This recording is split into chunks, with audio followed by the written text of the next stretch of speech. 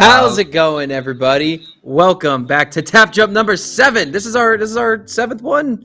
Coming back. Let's go, dude. The 7th one, really? Already? Yeah. It feels like I don't know. It feels like Tap Jump is still new to me, but I guess I've been doing like a lot of like the Monday and the Wednesday stuff as of late. So it is good to finally like sit down and get to do another one of these Tap Jumps on our fair Sunday today. Today's the 7th too. Look at that! Oh, wait a minute. We got Tap Jump 7 on the 7th of this month. Okay.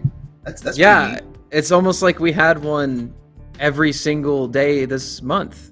Does it always line up like that, or no? It does okay. I was not. like, wait. I was like, is that? I wouldn't know. It's like one of my first ones, but hey, I'm sure it's looking to be a pretty fun time for us today. So I mean, I'm sure you've been keeping up with a lot of the players that frequent this tournament. I mean, what names stick out to you straight away? Krupp. You valid? Yeah, Krupp's there, Storm's there. We've got Bulbasaur and Little Bulb, the Bulb Bros. Oh, showing both up. Of them are here. Okay. Penguin 01 from Grand Canyon University. Pineapple X also from Grand Canyon University. Who, by the way, my college Valparaiso actually had a scrimmage versus them last night. So we got a little bit of more experience of watching those guys play and actually playing against them. So, you know, that's fun. And also, those of you who are feeling generous today, I'm not being told to do this at all, but I actually want to help my brothers out there for helping my team here out at Valpo. But they are currently fundraising for their Smash team to have a trip to Genesis. And apparently their first day was pretty successful yesterday. So if you can show them some love, help them out. They got a couple of really good players here today who you might be able to see. If you want those players to go to Genesis... I had to run over here. I'm sorry. Why don't you go support them? Why don't you go support the fundraising campaign? Help those guys out a little bit. They keep making these events a little bit more interesting, and we love to see those guys. Yeah, no, by all means do so. Be sure to support our boys over here. But at the same time, I mean, I know like Genesis, it's kind of like, I don't know about you, but the date's kind of sneaking up on me. The date's kind of sneaking up on me a little bit, and I still have to like register myself. But I'm definitely looking forward to that event. I'm not going. You're not? No way. Dude, it's in California, and my winter break's over at that point. I'm already going to LMBM and Glitch. Damn. That's 2 events in 1 month. That's kind of insane. So what I'm understanding, I hear you. I'll let you finish, but what I'm understanding is that you're dodging the Talk Waffle Laird meetup yet again? No way. Okay, I just want to make sure. No. So yeah, no, that's exactly it. I'll say it with my chest. I am a Dodger. No. I'm not a Dodger. I'm just I hear not you. I'm just not like 2 states over. I'm like 18. Yeah, you're like 18 states over. Now you just like Well, hey, why don't you come to the East Coast then, Taco? To be honest, I would love to actually. I don't know when it would happen. Yeah, but I'd love to go to Cali, but we can't. That's the thing. I have some family in the East Coast, but I don't think I've ever been to the East Coast like to this day, like for Smash Brothers. So I think it'd be dope to do that at some point. Well, I have been to the West Coast for Smash once, and it was Vancouver, so it wasn't US, but it's all right. We're getting right into this thing. It's gonna be Little Bulb up first versus, if I'm not mistaken, who is that? Is that the tag is MTK? I'm not sure if it's her. There's bound to be some new faces for me because I know like we're pulling in like whole different like regions in terms of players, but yeah this is Mac the Knife, and it's gonna be.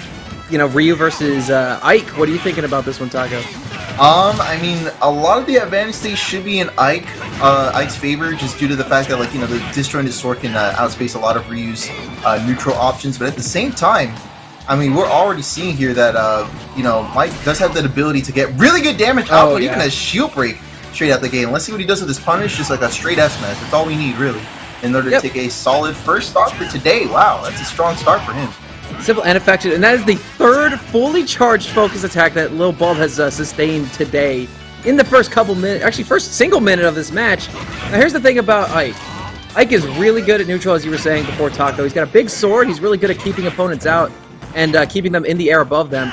The problem is that Ryu's, actually, and Shoto's in general, are just some of the best, most defensive characters in the game.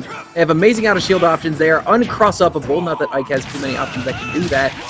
And on top of that, they have a unique mechanic that is exclusive to them, where they can cancel their normals into specials. And we see great effect. Mac the Knife is doing that right now, dealing a ton of damage with these slow Hadoukens and getting the backer off of that jump. And it's really racking up. Like, you can see 2 stocks up already, and we're about like a minute into this first game, and already we're catching all these focuses and down airs as punishes, and it's really adding up to major damage. Look at that focus yet again. And that nair that, you know, Ike is just known to utilize to such great strengths is being turned against him. Pretty strong fashion, I would say. You know what it is, Taco? Lil Bulb just wasn't grabbing, so there was no stopping that defense from Mac the Knife. And, dude, you know, focus attack is really bad if you have multi-hits. Ike has, like, 2, and one of them's Ether. I would say, like, that's, like, probably one of the hardest counterplays you can do with that character, in terms of, like, Ryu counterplaying, you know, Ike, because, again, like you mentioned, not a lot of multi-hits, if any, to work with. Yeah, and you know, these headband boys going at it today. A couple of buff men. Lil Bulb is taking the small battlefield for a potential counter pick here. He's going to need to play a little bit safer and definitely rely on his whiff punishing and advantage state, but he needs, excuse me, to not get caught up by these defensive options that Mac's doing. And Mac's just, you know, content to not approach. He's just using Hadoukens right now. Yeah, I was actually going to mention that as well. We did see that a little bit. But it seems like in this second game, we're going to be using that a little bit more, probably just to bait out more approach options, you know, with those single hit moves that, again, are just a really hard counterplay for, you know, stuff like focus. And there we go. We're going to get a couple of tilts followed up by a Tatsumaki Senpuyaku. That's the whole name, but, you know, usually... That is not how that is pronounced, but okay. Is that not how it's pronounced? It's Tatsumaki Senpuken. This is Senpuyaku. Yeah, he added a little bit there. It sounds like a Japanese, like, seafood dish or something. Senpuyaku. Yeah. So there's a reverse Ether. It's not going to kill off the side. It's good DI from Mac the Knife, but he is in the air. He avoids an upper because of the float with the Hadouken, and he's going to avoid the down tilt combo with a Tatsumaki. Yeah, pretty smart timing there, because, I mean, usually that down tilt in the forward is a pretty strong edge guarding option, but check it out. Going to be comboing into that Tatsumaki yet again. That was a little custom confirm there off of the, once again, a full focus. Lil Bulb, if he wants to win this, needs to not get hit by focuses anymore, because that is something that, again, it is a good option for Ryu and Ken, because they survive one hit and then they can deal some damage back.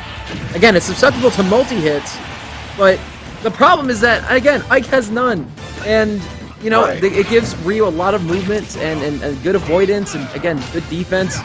If you get, it's rarely considered to be an offensive option, but Mac the Knife is making it look really damn useful as a, I mean, it's a good combo starter, but it's so hard to hit. Yeah, I mean, I gotta say though, like, the most fun, like, Shotos for me to watch are the ones that do like to get a little freeform with it, and that's kind of what we're seeing here from Mac the Knife. Yeah, absolutely, and he gets a lot of custom confirms off of those. Like, look at that, strong up tilt into Hadouken. That's a free, like, 30% off of the focus. And I mean, with all that adding up, it does look as though Bulbasaur, he's kind of in a bit of a dire straits right now. One stock left in about 86%, and, you know, a whole stock lead left to make up for as well. So he's still trying to play the game with these nair and up airs, and it seems to be working out here in these past couple of neutral exchanges. But I mean, Mac the Knife's been already so well adept at counterplaying that I wouldn't be surprised if some hard punish comes out, almost punishing the side B with that forward smash, well spaced as well. Yeah, that's shades of the entire set that we've been seeing right now. But Lil Bulb's going to catch the focus cancel, going to catch the drift inwards, and is going to catch the up air. Going to take that stock. It is one stock apiece, but Lil Bulb is at 124%. One good combo. One good confirm here, and that's Mac the Knife going up 2-0 and taking the victory. That's right. I mean, wait a minute. I was gonna say, Lil Bulb has a bit of a game plan difference now. He's staying a little bit in the air unless his opponent's in the air above him. Then he's staying on the ground. He's being exactly where Mac the Knife isn't. And it definitely seems like he's adapted. He's not getting hit by focuses nearly as much. He's going to go deep for the edge guard, but he is not going to get it. He gets back to ledge. Yeah, really huge come up on the percent gap that was there present earlier. I mean, it's almost looked like it never even happened. And that 81%, he tries to follow up with that up air, but he's going to be just out of range in order to do so. Look at that, good parry as well, but not able to get that punch with the right timing. Trying to read for an F smash, but so does he. It's really starting to heat up now. It's Whiff City right now, Taco. And no, this is advantage state right now, but he's going to get punished. He's not going to get the kill. No, he is. Goodness. No, he was trying to go for the nair to down air. He got it. It killed off the side, though. It didn't kill off of the spike hitbox. But hey, bad DI or whatever. Maybe that was just too high percent, but Lil Bulb falls to loser's bracket this early. Mac the Knife has earned himself a date with Captain Krupp. Yeah, man. I want to say that's like probably the first time I've ever seen that take a stock. Like the soft hit in particular. Oh yeah, definitely. Like the non-spike hitbox. Yeah, never seen it. Very interesting finish there, but hey, you know what? Oh, okay, yeah. It was definitely that aerial drift. I had to confirm that.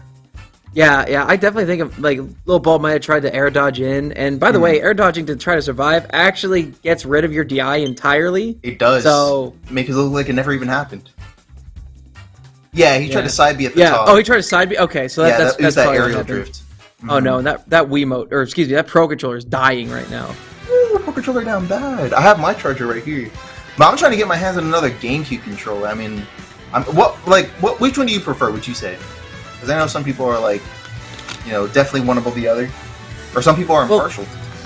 Well, these days, okay, now, I have to say, for style points, GameCube controller all fucking day. I love the GameCube. Because, again, it's got the prestige. It's been in the community for literally 20 years. Right, yeah. And there's so much you can do with it artistically.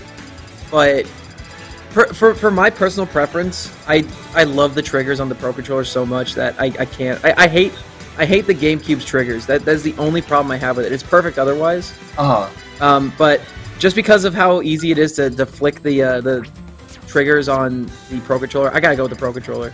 No, okay. So the fact that you brought up the Pro Controller trigger specifically, I gotta pull it up. I have like this thing that somebody was telling me about at the last Ascension. It was like one of the vendors, right? And he was telling me about these things called Ultimate Digital Triggers. Yeah, I got a GameCube controller recently with those, and I get that. I still don't like it as much. No, because I mean, like, I like everything about the form factor of the GameCube, but the one thing that was like missing for me, and I don't even think I really realized it until like a couple of months ago, was the fact that you kind of have to like dig into those triggers to really get them to register, you know. And it was made for stuff like, you know, like Mario Sunshine, you know, where you can do like a little light tap and it interacts with it differently. But for Smash, I mean, well, I mean, in Melee, that's light shielding.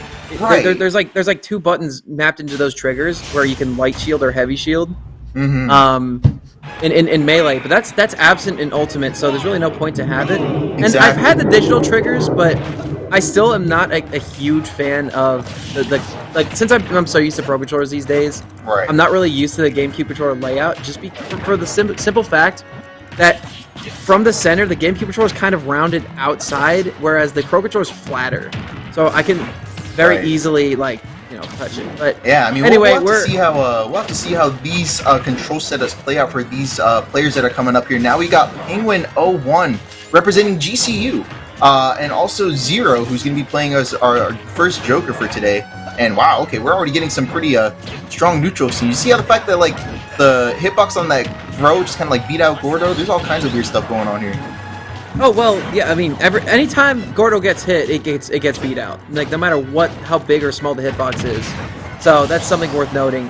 And you know, Penguin01, not a bad player. Actually, in terms of DDDs, one of the stronger ones I say that I've seen as well.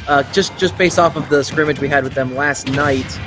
And you know, they have a good idea of when to be in advantage and when to, you know, disengage, and how to push things. The problem is that DDD as a character has such a limited game plan, especially against a top tier like Joker, who can just beat out Gordo, which is DDD's best option. And I mean, look at this. He can't even land right now. Zero is all over him. Yeah, it's a little bit of a struggle right now, it looks like. And I mean, Zero, I would say, like, so far he's doing like good at like applying pressure, but not really like following up on that pressure. You can see that Penguin as a result gonna be able to land a strong up tilt. Yeah, because I mean, like, he's pushing with a lot of back airs, but you can see like when he has that Vanish State, I don't know. I feel like I'm a little bit like you know, keeping good tabs on this Joker right now, meaning that I have one myself. But at the same time, you know, there could be some stuff that Zero could be bringing to the table. Strong punish with an up smash there. He's going to be taking the stock lead yet again. Dude, I'm gonna super disagree with you, because anytime there's a little bit of an opening, just completely ignore the whipped up air, by the way. Anytime there's an opening that Zero gets, he can definitely take it a long way. The problem is that right now he is taking a little bit too hits. He's going blow for blow with DDD, and he's also hitting himself underneath Pokemon Stadium too, so he's not going to be recovering from that one. And now Penguin 01 definitely has an opportunity to come back into this match. The problem is that he's off stage right now versus the Gun Maniac himself. Yeah, and I mean that can prove very difficult, even for a big body that has like a super armored up special and all that.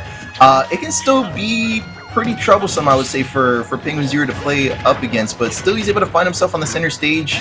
But despite that, Zero's still going to be dominating a lot of the neutral so far. Yeah, and again, there's not a whole lot that Penguin can do. Normally, you'd say, oh, okay, he's got Gordo. Gordo's a really good option. I'd say, yeah, at ledge, like right now, but again, if you have any space with Joker, Gordo just is completely invalidated because you got Gun, you got Side B that, you know, is a slow lingering projectile that covers space. The upgraded one sends up a pillar, which covers a lot of space too. And, you know, Joker's a fast character, and, oh, Penguin's going to bonk onto the stage. That's the match. And that, yeah, that's the first game right there. But, I mean, I would still say, you know, Penguin Zero probably still has a little bit going for him. In terms of like stuff that he could probably try applying, especially when you take into you know, consideration the fact that now he has himself a counter pick in the stage. So let's see where he takes it to Kalos. One thing I will say one thing I will say about Penguin in this matchup is that he's a swinger. Whenever he's in the air, whenever he's landing, he comes down with a forward air or with a nair every time, or a back air. He always loves to land and have that hammer there to cover him, which is very good if you're a swordy. DDD's got a little bit more end lag on those aerials, so he's got to be a little careful about it. But when they're off stage, whenever Zero's going out after them off stage, they are very good about throwing out hitboxes and making Zero think twice before they approach. So if there's anything that Penguin has going for them, I'd say it's that. Right, and I mean also, you know, I'm like doing a little bit of projecting onto Zero, so I'm like, if I were in this situation where like those strong arrows are coming out as landing options, I mean, you know, I guess it would be like for any attack that's a little bit readable. I tend to go for Rebel's Guard every now and then and get a little bit of Arsene usage off of that. And I feel like Penguin might be susceptible for falling for that and, you know, Zero potentially being able to take advantage of that. I mean, I guess so. Again, anytime you throw out a counter, it is a risk, unless your name is Sephiroth. Yeah, definitely a risk. Not something to like rely on every passing exchange, but, you know, granted, if it, like, you know, those arrows get a little bit too readable, you can be like, oh, don't mind if I do. Yeah, oh yeah, and this pressure off stage for Zero was very good until he got met with a Gordo, and that pressure was completely negated by that. Penguin now has stage control. They have a Gordo up, but the forward air is going to beat it out. He's going to have to neutral get up. Arsene is gone. See, there's your Rebel's Guard, man. And that's why you don't use it off stage. Yeah, I was going to say, like, I was talking about, like, landing ones, like, onto the stage, but maybe off stage you want to try and focus a little bit more to keep yourself in that stock, but, you know, Zero's already making pretty good strides towards tying things up, but at the same time, Penguin Zero's really holding on to the stock, definitely in survival mode right now. Yeah, that's the thing about DDD, or heavies in general. You can hold on to stocks for a very long periods of time, and with this rage, you can deal so much knockback. And honestly, this F smash honestly might be killing at the ledge at like this %. Yeah, if he has like a little bit of charge on it, I believe so as well. Yeah, okay, but there's the Arsene back air. No charge required for that one. Oh yeah, he just goes straight in for that one. So yeah, but then again, here's the detriment of playing a pretty honest character, I would say, against Joker, because that's 84% that has been completely unanswered by Penguin, simply because Arsene is here and he is angry.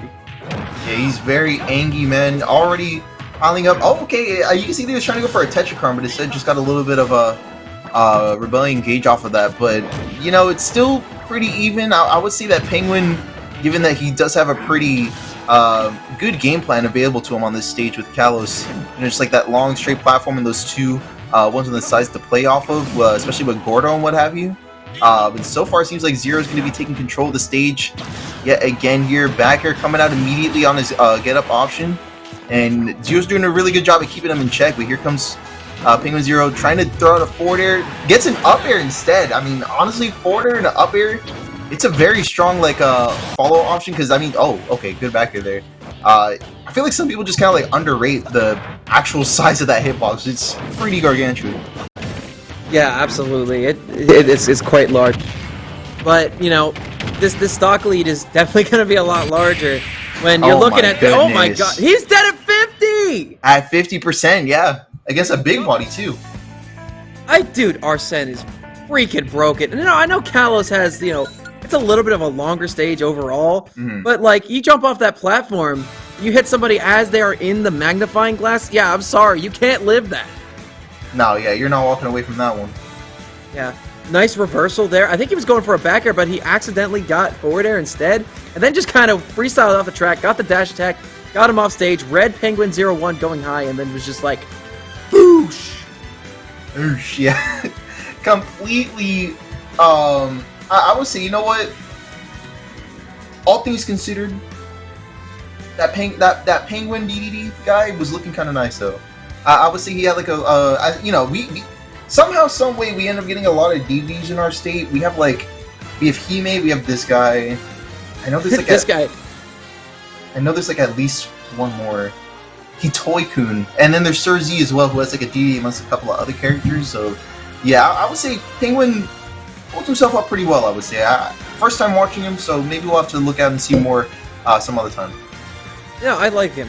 Again, he put a lot of our team last night on the ringer when we played them in our scrimmage, which was fun.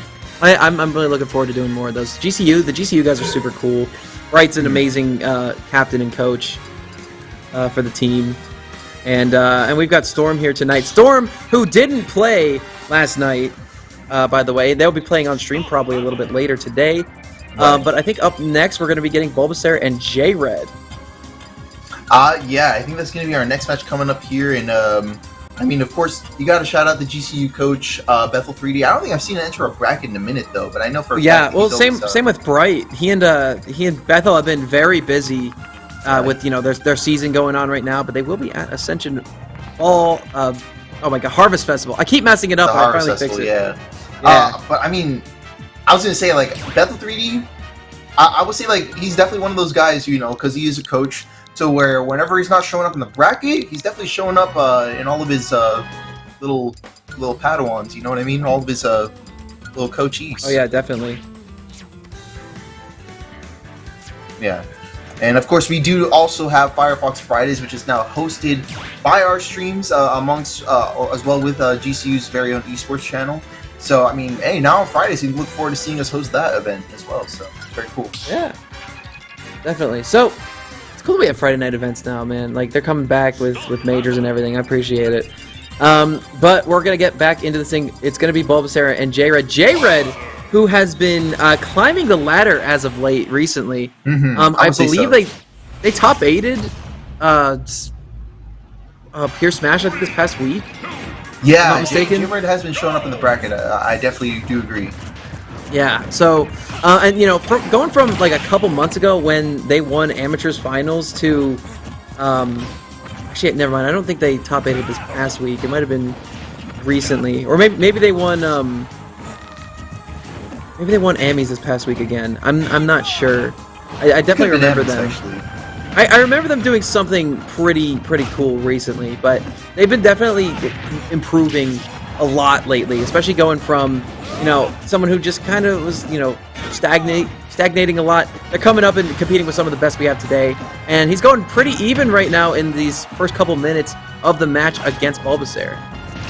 Yeah, so far so even here in this first stock, but at the same time it does seem like that gap is starting to favor Bulbasaur a little bit, controlling the stage and controlling the percent lead right now, going in for a side B on that platform to take that first stock. The thing that put Bulbasaur over the edge there was definitely that ledge game. There was not an opportunity for J-Red to get back on stage without being contested. I mean, there were a couple up Bs, but the patience for Bulbasaur to just be like, okay, I'm going to wait for you to get back on stage. And this is 3 side Bs, and J-Red's at 52. He's going for another one there as well. It's starting to look like a autocorrect on those side Bs, man. Oh my, do another move, thank you. Got that aim assist. I'm done complaining now. Bulbasaur needs to get back on stage now, and J-Red's going to just let him get back on uncontested. That's something you can't do as Byleth. Byleth has definitely the range, and I'd say the ability to do something about Bowser getting back on stage of all characters. Right. I want to see J-Red contesting Bulbasaur more at this ledge, because Bulbasaur's not scared to do it to you. You need to do it to them first. Yeah, you gotta be the one to instigate that, but still, despite all that offstage gameplay, Bulbasaur's still gonna be able to up his way back onto the stage. I do believe, he's not only the fastest heavy, but he's also got the best recovery, I would say. Of all the heavies, I think Carol's got a little bit of a better recovery, just because the vertical game's pretty good. and it's horizontal enough. But Bowser's definitely up there as well for characters who you think would be like, not great at recovery. Bowser's amazing, and yeah, that ground speed definitely a very, very dangerous part of the Bowser game plan. I believe he's top 20 fastest characters in the game, maybe a little bit above that. Yeah, I want to say that too. Despite also being the heaviest. He's a race car, and I'm not talking like a Formula One. He's a stock engine car, like we have here in America, in NASCAR. He's big body. He throws himself around, and he's wicked fast while doing so. Yeah, the man stays moving. I agree. Yes, and there is the side B. It's not going to kill though, not landing on those platforms. Some good DI, and that's a shield break from J-Red. Sorry, my friend, you put up your shield a little bit too early against that blazing arrow. I don't know what it's actually called, but the side B is going to clean up shop here. Bulbasaur with a JV2. Look at that. I mean, yeah, pretty solid finisher from Bulbasaur despite that. Again, those side Bs are proven to be very troublesome for J-Red, it looks like. He's definitely going to be having to keep an eye out for those come game 2.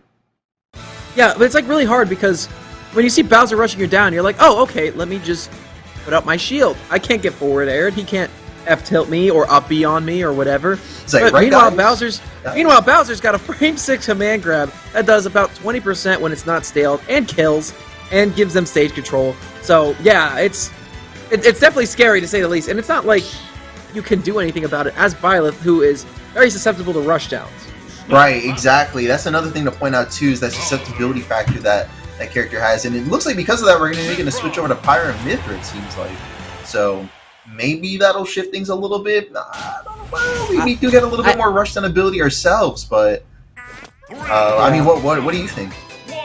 Well, I haven't seen the J-Red Aegis yet. I'm assuming J-Red might be a fan of Leia with these character picks, maybe Spargo to a certain degree, but I think Aegis is definitely a good secondary pick for Byleth. Byleth is everything that Pyra and Mythra aren't. Right. Byleth is kind of, I'd say, the true middle ground between these characters, because Pyra, very slow, very strong. Mythra, very fast, kind of, weak, hard, bad at killing. And, Byleth's a little bit in the middle, good range, pretty mid-speed, pretty mid-damage output and kill power. So, I feel like instead of going for a middling game plan, they're opting a little bit more for a, approach that they can mix up on a dime. Okay, let me, you're in neutral now, let me play Aegis and just run all over you with Pyra and Mythra. You can't do anything. Or whenever you're at a high percent, let me switch to Pyra and give myself a lot of range and a lot of kill power. Because Bowser survives a long time. I need that. Yeah, Bowser is a, I mean, also, like you said, he's like probably one of, if not the fastest, heaviest that the game has to offer, and yet at the same time... he's the fastest heavy, for sure. Yeah, and then he's also the heaviest heavy. So he's just statistically the best heavy, if that's what you're looking for out of a heavy.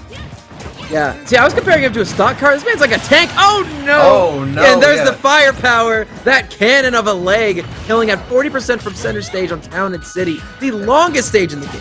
Exactly, and with that, taking 2 stocks in a row, and again, being the heaviest of the heavies, still living it up at 134. Yeah, sorry. Pyra might be able to do it at this percent, but Mythra, I don't even know if the F smash would have killed. Yeah, see, look at that. It definitely doesn't. Not from center stage, though, granted. True, but oh my god, this damage output from Bulbasaur. He's at max rage. One strong hit should be doing it. He read that spot dodge with a charge up down smash. 150%, a 3-star. I was like, did you want to count them? Or I was like, dude, that's 3 stocks in a row, man. Holy. I was like, I had to double check. Yeah, let's see that. Yep, still on 3 stocks. Got the down B. Yeah, look, 76%. I don't think a non-charged one would have killed. Gets the shield, runs up. Yeah. Okay, I want to break that down a little bit more, Taco, if you don't mind. Go for it. What they did there is they saw that J-Red was shielding.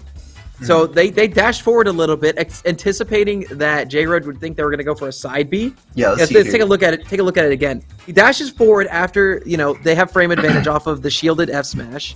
Right. Catches him with a spot dodge because they're expecting the side B, and then hits him with has time to charge up and then squeeze in that down smash off of the spot dodge, which is normally a really good option in this game, and it was just well scouted from Bulbasaur.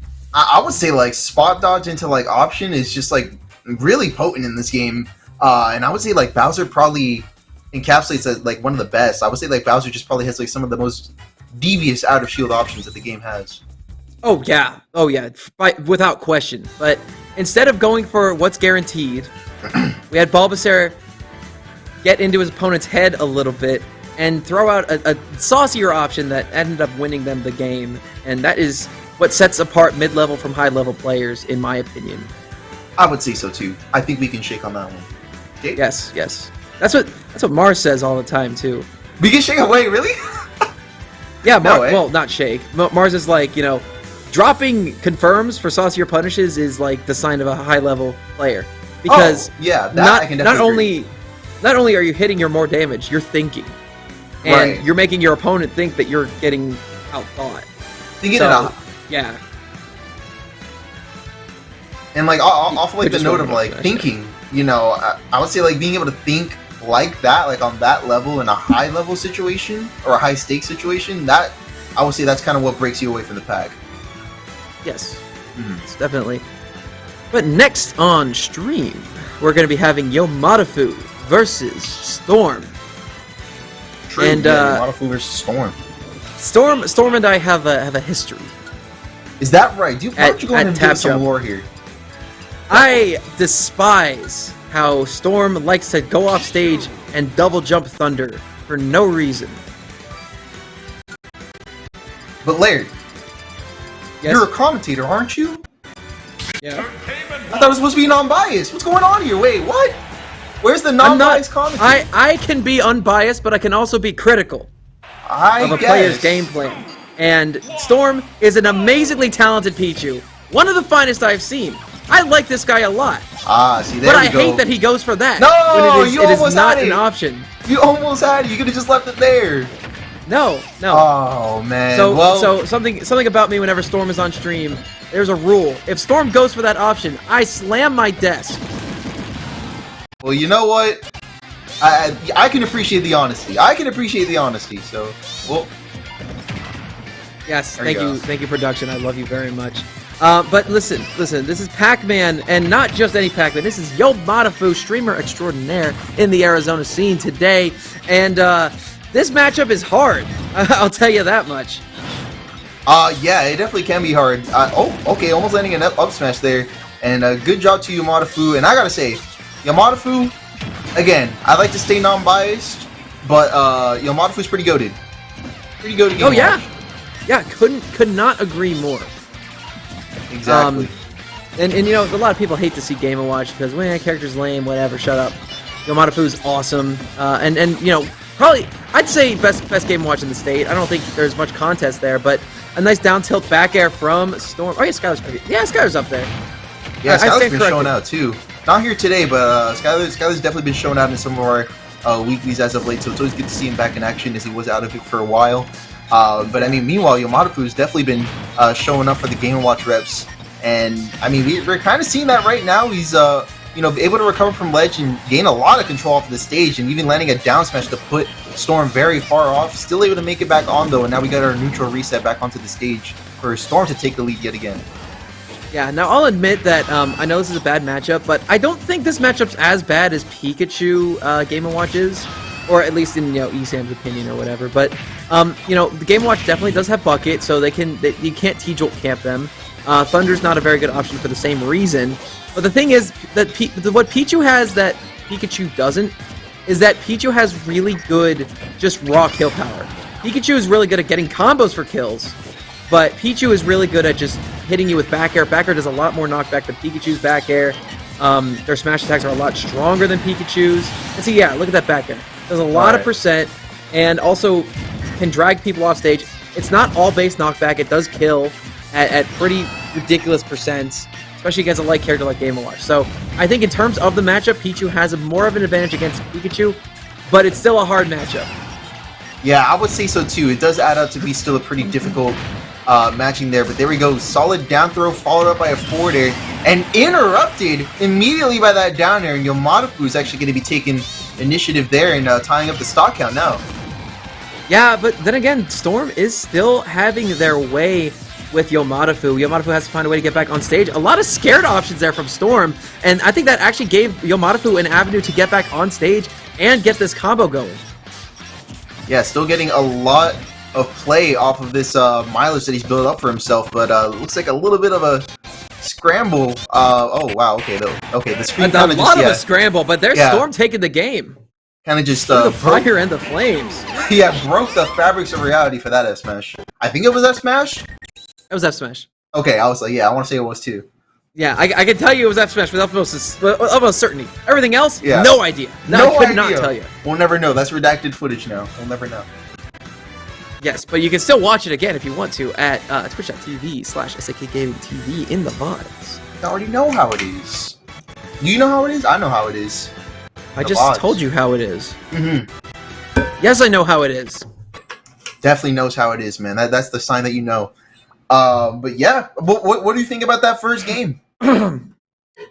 Storm played that about as well as you could expect a Pichu to, honestly. I mean, good plays. Back air was a good option, as I was talking about before. They did get they had really good pressure catching Yomadafu landing on platforms with up smash. I would say so too. Yeah, they would just hop up on platform and then wait for Yomadafu to do an option and just punish him for it. That was something I was noticing a lot, and not something you see too often, especially from Pichu. But Storm's been incorporating that very nicely into their game plan.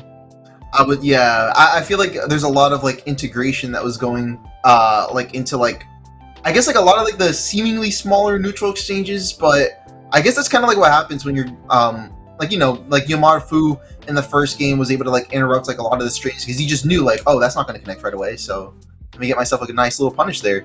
And I mean, so hopefully Storm will be able to take that into account as we're going into our next game here. Maybe not trying to like overextend too much. I know it's tempting because Pichu is definitely one of those characters where like at face value it seems like you could just combo anything into anything.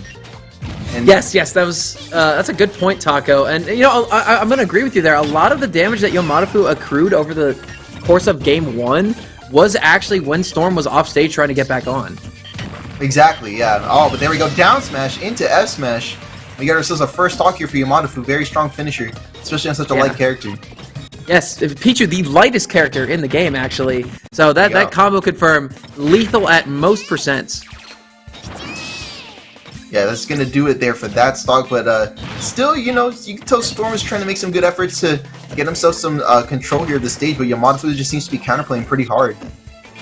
Yeah, Yomadafu definitely took the time that they were given to think about the matchup a little bit. Counterpicked them to Smash Roll, which is one of Game & Watch's favorite stages. I don't know if it's really their best, because on paper, that middle platform is really nice for sharking purposes, but in terms of combo extensions, there's not too much to be had here.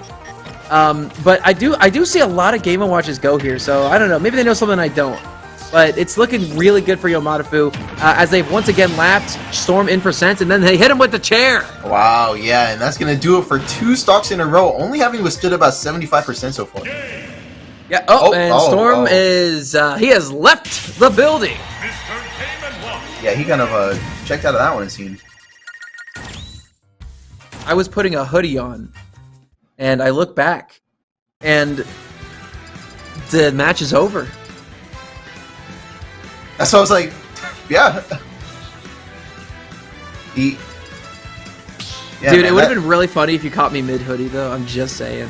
The mid-hoodie shot transition. Yeah. Well, chat, you got a little behind the scenes perspective there of that. Anyway, yeah, do you like my DMCA hoodie? The DMCA is that DMCA? Why was Sam DMCA? Because it's Nintendo's intellectual property. that they didn't make this hoodie. You're gonna show it to your house and be like, so you're gonna have to take off your hoodie. Yeah. Hand over the I cannot imagine my someone university. Someone like in public, they got like the classic like Target like NES T-shirt. What was it? The one that says like classically trained or something like that. Oh my god! You know the one that I'm talking about? Yeah, I know exactly what you're talking about. The one that like every like 30-year-old gamer gotta rep at some point. And then like Nintendo about to show up and be like, "Sir, you have to remove that shirt in public." That shirt is almost at the same level as the Zelda logo. The green shirt with the yellow the print. Triforce T-shirt with the green background. That's a banger. That's a always with cargo shorts. It's always cargo shorts. It's always with the cargo shorts. Oops. Oh man. Yeah, hey, check it out. It's still got our game number 3 now with Yomadafu and Storm 1-1 in our winners quarterfinals. And so far, Yomadafu taking our first stock in the same exact same fashion as that first stock game 2. Yeah, Final Destination is going to be the stage pick for Storm here. And now I do think the Rats like this stage. Maybe not so much against Game & Watch though, but then again, they don't have any platforms to worry about Game & Watch getting their extensions off of. But then again, I do think the platform game from Storm was really good, especially in Game 1 on PS2. So, you know, I think getting rid of their platforms is actually limiting Storm in a way. And right now, Yomadafu is just going to town, catching these landings really nicely, and just dealing up the percent, layering it on, dealing as much of it as they can, and, you know, getting a little chip damage too. And yeah, again, a piece for a piece, that was the Chicken McNugget. The Chicken McNugget combo. I don't know if I...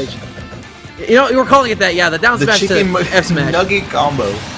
Yeah. Nah, we're going Storm, with that one. Yeah, Storm eating up that shield, catching them with a down smash. It's going to go underneath the shield because the shield was so small, not covering Yomadafu's entire body. Storm needs to just play ridiculously safe right now if they want to make this comeback, though. Yeah, it's going to be a little bit strenuous here for Storm, especially coming off of that second game where it looked like the Game & Watch was kind of adding up to be a little bit of a struggle for him, it seemed like. Yeah. I mean, again, Yomadafu adjusted super hard, and Storm wasn't all of a sudden getting a lot of the close quarters interactions in their favor that they were in Game 1. Like, these down tilts, the down tilt combos have been pretty much non-existent since Game 2. And, right. Oh, they got it! Nice job, Storm. Ooh. Okay. Yeah, Storm didn't thunder after an up throw the entire match, or after like an aerial shot the entire match, and then does it right there when Yomadafu's least expecting it for the stock, and now they're in advantage, 42%, nearly evening up the playing field. Yeah, just about tying it up here, but still able to get himself a nice follow-up with that dash attack, catching that roll. And it does look like Storm able to hold his own a little bit here in this last stock situation, able to bring it back to even, but you know, it just seems to be like those last couple of exchanges where he seems to have fallen apart in the last game. So, see, good up smash there and a good down follow-up as well. So things definitely are hitting different this time on FD. Yeah, they're doing it again. They went for the Thunder again. This time it didn't true combo into itself, though, which is super unfortunate. But then again, it's an even game. The static is in the air, though. Both these players not dealing with that, but obviously we are. And Yomadafu gonna not hit the chair. Great defense from Storm. Oh, man. Storm has him off stage in the corner. F-tilt will not be had. Back air. Yeah, Will connect. That's no static, Laird. That is the tension. It is visible right now on the screen, building up on this high percent last stock situation. Yeah, both these guys looking for a kill confirm. Yomadafu is in bomb mode. This is the Meister Classic. Whenever he can't get an opening, just go for bombs. The opponent has to approach at some point, and they will get hit by it. Yomadafu clutches it out here. Man. Game 3, and they're advancing into winners semifinals. Yeah, Pichu is really light. Like, think about like how many forwarders came out in like that last stock, and like all he needed to land was just one. Yep. Yeah, again, at that percent, no matter where you are on the stage, that is gonna kill. I believe Pichu's weight is 66, which puts it at the lowest in the game. I think that's what it is. Or no, it's 62. Is Sora lighter or no? Sora's not lighter. He's not lighter. Okay. No, Sora's not lighter. Pichu's the lightest character in the game. It's the bottom 3 characters that are lightest in the game in order: Pichu, Jigglypuff, and then Game & Watch and Squirtle, who are tied at 75. So those are the 3 lightest. Okay. Yes. Interesting. Yeah. And then Fox is actually 5th lightest character in the game. Yeah, Fox is like the 5th lightest. But like, so does that mean Isabelle is heavier than Fox? Is that what I'm hearing? That's what you're hearing. Whoa. That is really weird. Yeah, that is really weird. Some of the weight properties. Isabelle's heavier than Little Mac. Yeah, I don't know. Also, by the way, I'm not pulling this out of my memory. Full disclosure, I have the list up here. Okay, yeah, that's interesting. Yeah, I figured I'd pull it out since it's topical, you know. Yeah, very, very good timing on that, because, I mean, I guess there's just a lot that, like, you would think will make sense. You would think that Fox would be heavier than Isabelle, but... Yeah. Huh. Okay. You figure Mewtwo would be heavier than Olimar, but that's not the world we live in. But Sakurai insists, no. Those thick thighs do not add any weight to Mewtwo whatsoever. Dude, in canon, which really pisses me off, Mewtwo is like 230 pounds. Exactly. And yeah. and he's lighter than Mario. Like, Yeah. huh? I think What's like going on? Mewtwo's like in the top like 15 like heaviest on like Gen 1 Pokemon or something like that. I don't know. Oh yeah, Gen 1 Pokemon, I could definitely see it, yeah. Yeah. But in this game, and you know, he's a floaty, which is great because So therefore yeah, he psychic needs to die ability. at 40, according to Sakurai rule of thumb. I guess I don't know. I really, Look, I never you got made- that either. You made Rob this big, and he's top 20th heavy characters in And the Rob game. is big. I don't want Rob to is get it. Yeah, huge. Rob is huge. Rob is an enormous guy. And Yeah. and Mewtwo's about that same, a very comparable size in general. And he's all the way, he's the 79th, or excuse me, 79 to 83rd lightest character in the game. Exactly. I'm like, I don't know what to believe any. I'm sorry? Wait, is this is our game? Is it? Bulbasaur? Oh yeah, it's Bulbasaur Krupp. And this is going. Well- Wait, oh, okay, we're.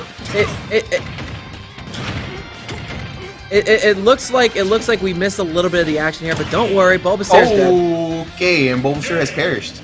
Game one! Game over one! in 20 seconds. Man, a 20-second wrap up on that one. Okay. But, Krupp is a beast. yeah, That's what we know. yeah, that's like our fastest set so far, or our fastest first game, I would say. Yeah, well, yeah, definitely. And yeah, Krupp is the actually even with the extra time that was like barely over a minute, but Krupp is the only Krupp brother in attendance this evening. Oh, And- I see. Actually, I should say afternoon because it is like 2:20 right now. But regardless, this man is in it to win it. He's the first seed of the tournament, going up against the 4th seed Bulbasaur. And you know, I'd say the seeding is pretty nice because our top 4 seeds are all in semifinals right now. Right. They're all filing in right now, I guess, for their seeded positions. Yeah, Oh, look at yeah. that, switching straight off Akazuya into Bowser. What are we thinking here? Dude, Krupp is gonna have a field day here. I'm just saying, this combo game on Bowser, who is the heaviest character in the game, yeah. But I feel like the idea is probably put up walls that it's gonna be hard for Krupp to get through. Like, you can put up a forward air, you can put up a you know, a fire breath at any given moment. On top of that, you've got up B out of shield, which is gonna stave off a lot of you know, unrequited approaches from Captain Krupp. So Right. I think in terms, and again, he's fast enough to meet Krupp on the ground as well. Yeah, no, I'm glad we're on the same page there. It is going to be Bulbasaur getting hit a lot, I would say, but you know, at the expense of not really dying anytime soon. So I mean, you can see like he's able to make up for that with really good damage output, especially with strong forwarders like that. He'll be able to tie ourselves right back up, and overall, Oh my god, this could be a pretty even game. Yeah. And honestly, I think this battle's gonna be won and lost off stage. Krupp, obviously one of the best Falcons in the world at hitting those down airs off stage. He's very good at doing it specifically on Felix's Fox. And you know, you need to have really good timing skills in order to hit those. Bulbasaur going to be meeting his untimely demise at the hands of his own down B. But yeah, the off-stage game has been the thing to take every stock this match. Yeah, and still taking that one stock lead. I mean, JV3 finish for the Captain Krupp in winter semifinals. I mean, yeah, that adds up in my book. Wasn't a JV3, by the way. Was it? Full disclosure. Wait. Let me see this again. He's Oh, at the stock 74 count. right now. Yeah, no, you're right. Oh, wait, but he died, didn't you not? He went for the side B finisher. Well, he died first, so it's JV2, but... you know. JV2. Oh, okay, that's what it was. Basically a 2-star. Yeah. But you know what? The I'm sorry? The Wait. Ganon Ditto? Time out. We're seeing a Ganonditto from Krupp only and no Krupp brothers. On Bridge of... They gentlemen to Bridge of Elders? Oh, wait a minute. Oh, yes, baby. I'm down for this. I love these guys. Thank you, Arizona. Oh, my wait god! a minute. Bulbasaur! Took the Bulbasaur first taking the stock! first stock, yeah. Very strong start here. I mean, Yeah. So now Bulbasaur's just gonna hold center, and now that he's at, you know, a percentage and actually a stock lead, he's not gonna be dying so early. He's gonna come out of the corner with a side B. oh my god. Oh no! Oh, there's Flew no a little way. too close to the sun there. Krupp with an Icarus complex. Oh my goodness, Dash Tech to finish the stock and his own. He's going to come in now with a down B, but he's going to get met in the middle. Bulbasaur trying to find his way out of the corner. He's gonna do so safely. He's not going overextending with any side Bs or any down Bs or anything. No burst options being used. He's just gonna go ahead and dash attack in. Krupp still holding center though nicely, but he's taking blow for blow, a lot of percent here. Doesn't matter. He's gonna take that stock. It is 1 stock apiece. Not even a minute into the match yet. Yeah, still has like a little bit of a ways to go. Bulbasaur they're keeping themselves center stage now. They both on last stock. Yep. Like they're goofing off, but they're not messing around. I'd say, yeah, they're messing around. There's the jab in the corner, though. Sorry, you're dying to that one. That is Ganondorf's fastest option. In general, I think Nair 1 might be a little bit faster, but jab is pretty good because you don't need to use the jump squat to get that out. So a lot of percent.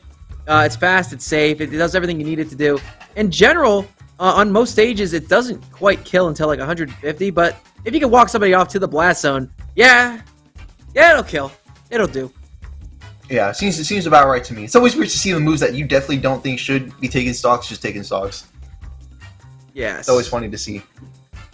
I mean, it's always been funny to see, but I think like the whole like the whole KO screens in Ultimate definitely add up to that a little bit, I think.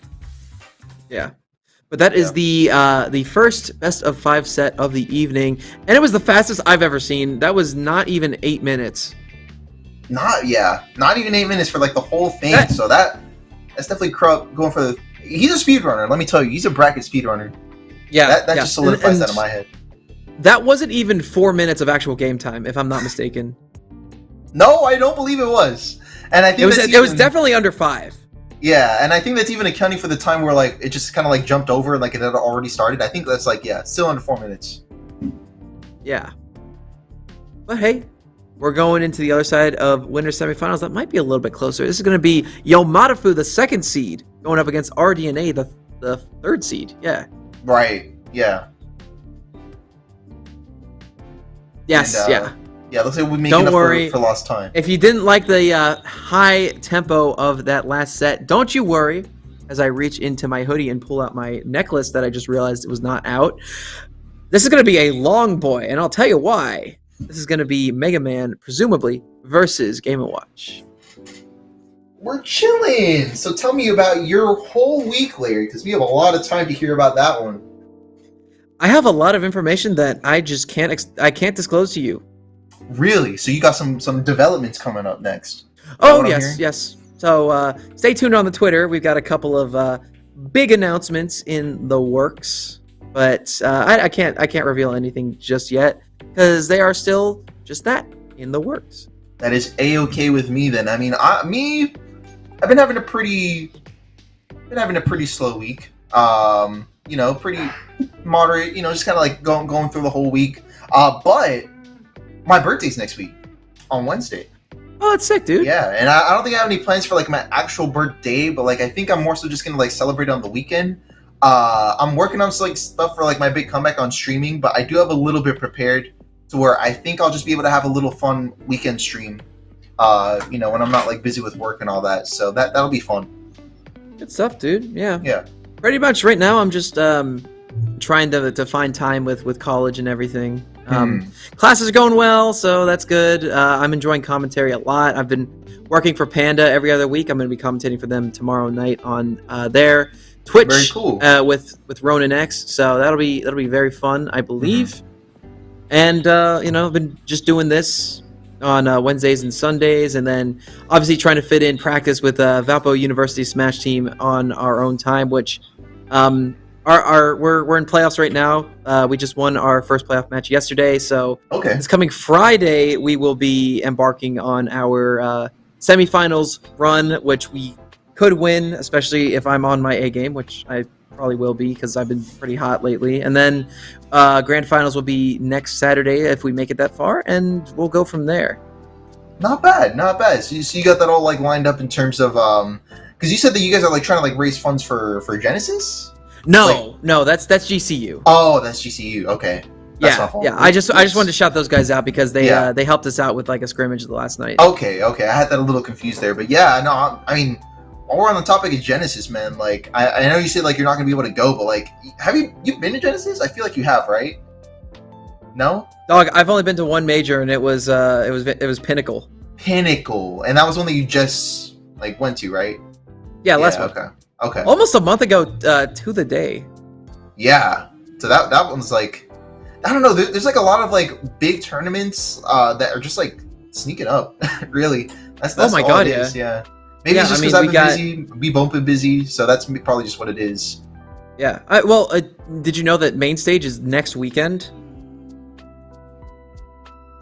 Yeah. Yeah, Crazy. but I almost forgot. I didn't know that, but I almost forgot. It's like, wow, yeah, it's coming out really quick.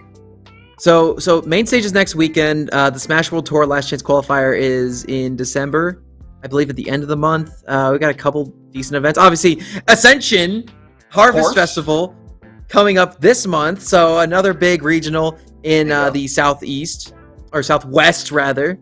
Don't forget, you can register today, pay at the door. Don't forget. There you go. Just saying. It's a big thing. Just saying. Oh wait, is that still okay? We got word from that's production. sick. When does that go until? Because I forget.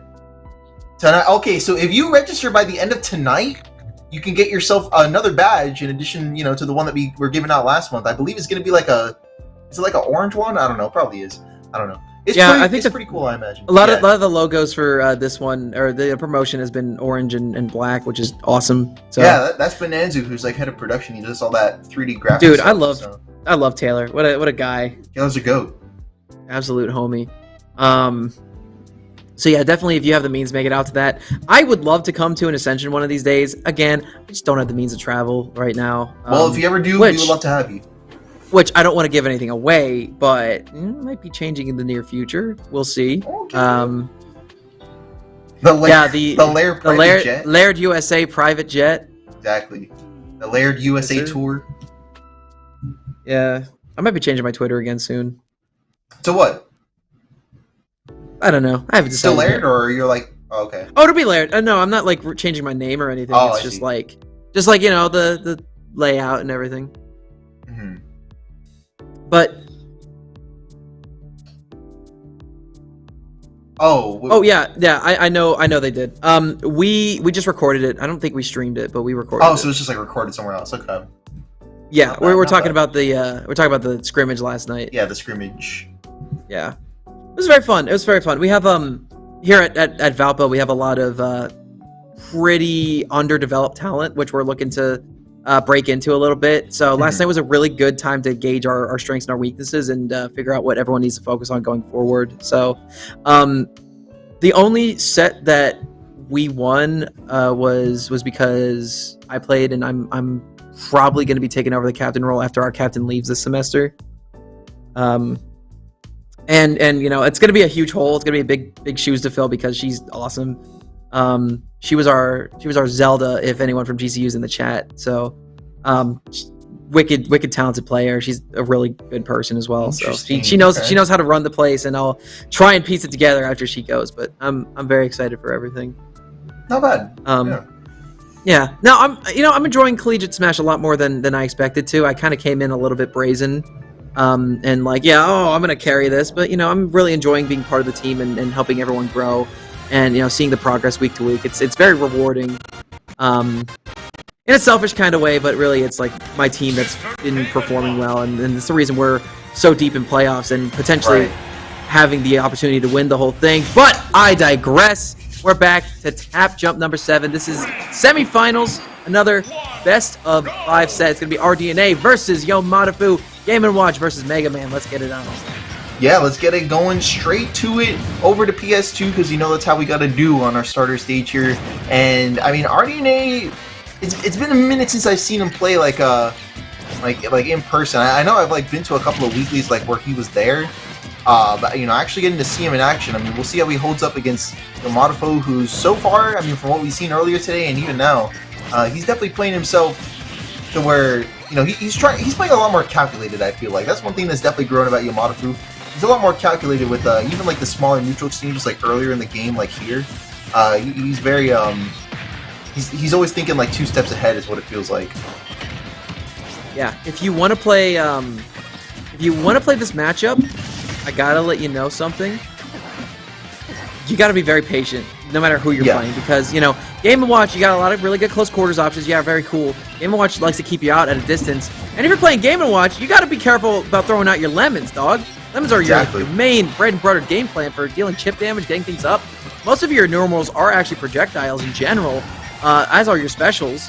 And, you know, Game & Watch can just eat that stuff up for lunch and then say, hey, I've got a big attack now that does like 20 to 30% just because of how weak lemons are, but it also kills at high percent. Exactly, yeah, it does like so much for the character. Yeah, it invalidates a lot of matchups. Yeah, no, it makes like a lot of matchups like pretty insufferable sometimes, it feels like. Yeah. But right now, RDNA is doing a good job just maintaining this lead, you know, getting his damage in where he can, taking his lumps in the process, but he's got a good lead right now. There's the F-tilt from our boy Yomadafu to get him away, give himself a little bit of separation. A lot of percent on both players now, and that's going to be a kill off the top. Yomadafu kissing the top blast zone, saying hello to God on his way back down to the ground. And we're going to a second stock for them. And right now, RDNA is just kind of spacing around, hopping all over the damn place, and getting his damage in where he can and disengaging. That's, I think, the game plan that he's using to beat out Yomadafu here.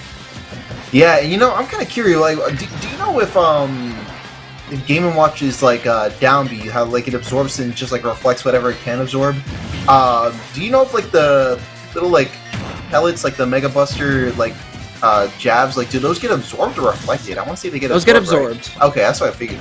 Yeah, because they're like energy based, even though they're not lemons, but they look like lemons, so people call them lemons. Yeah, that's what I call them too. Yeah. Well, that's what Mega Man fans call it, so, you know. But everything else other than the lemons are going to get reflected.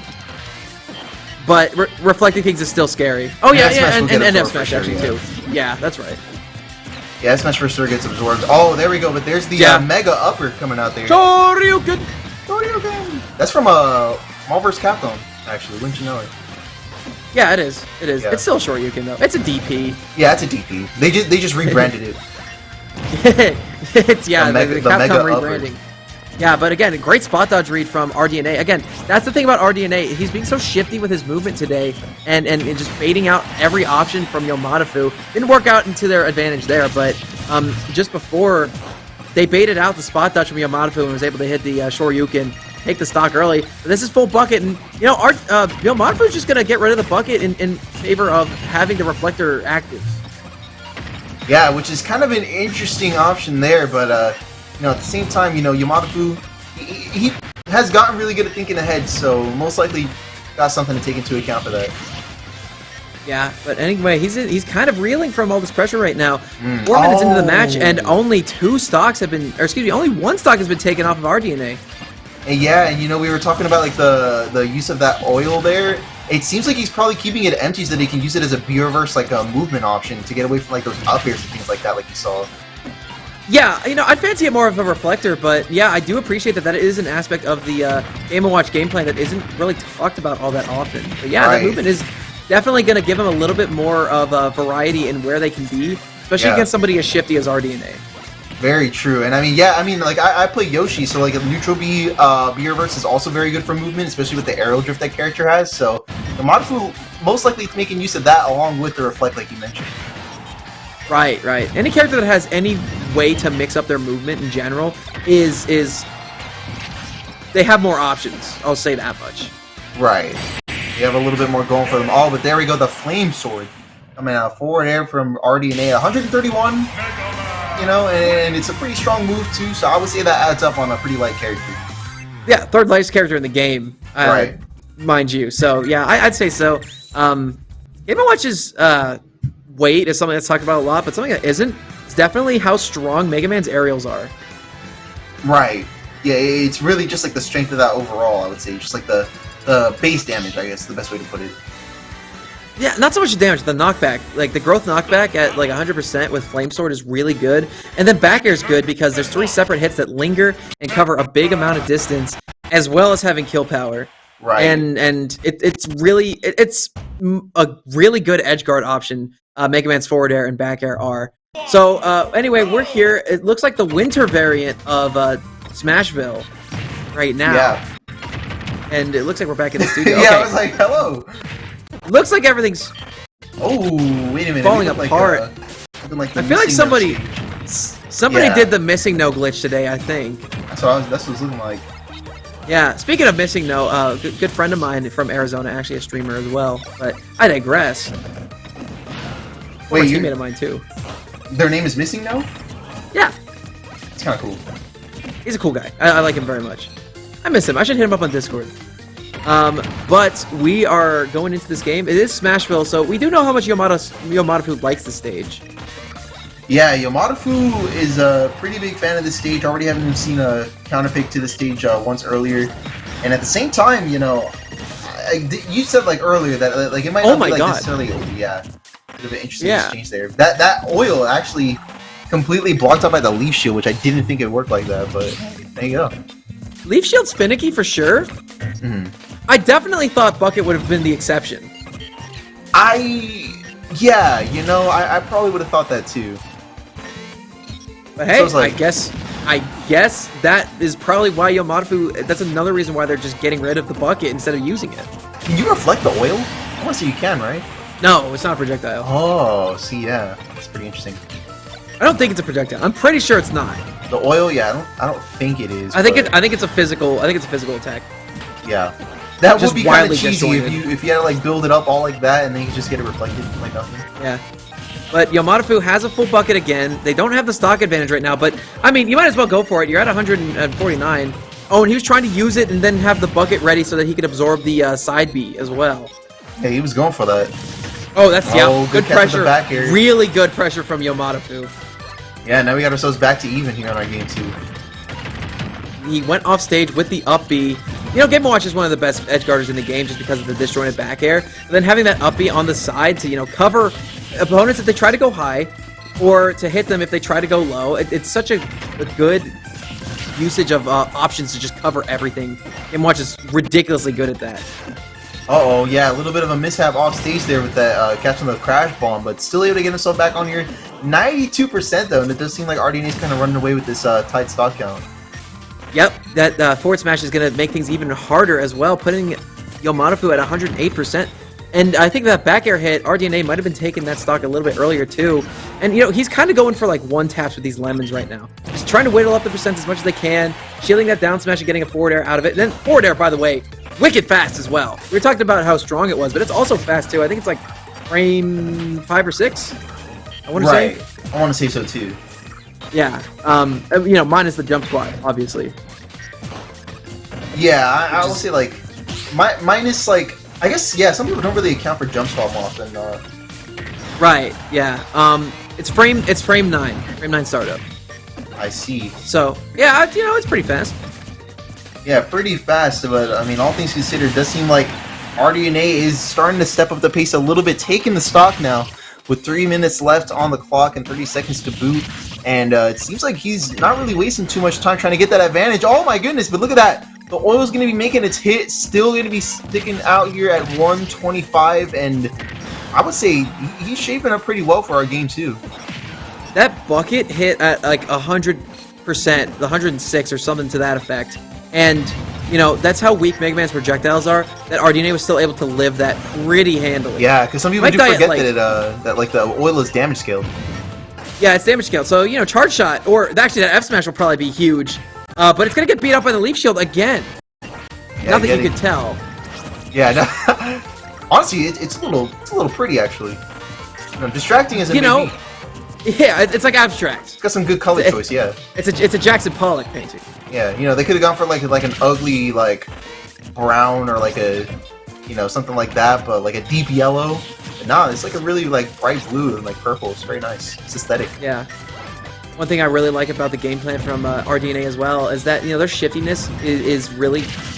It works well with their ability to deal chip damage and then disengage.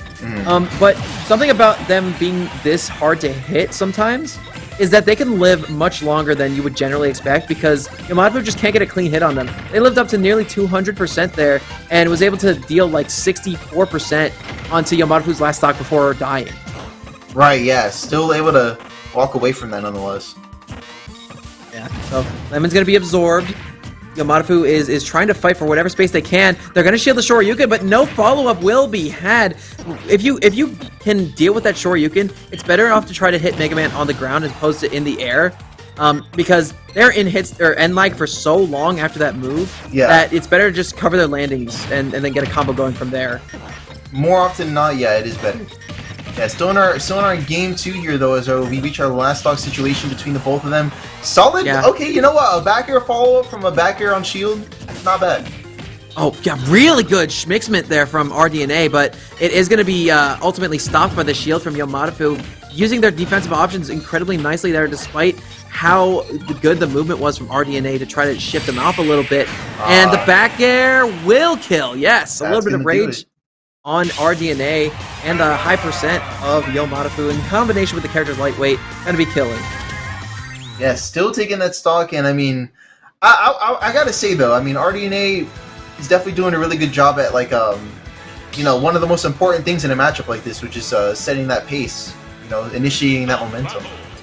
Yeah, RDNA will never, ever, ever engage when they don't want to. Right. So yeah, I guess to go off of that, you know, it's not just important to set the pace, but to maintain it, to control that. Yes, you always want to be on your own tempo. If you're on your opponent's tempo, sorry, you're losing.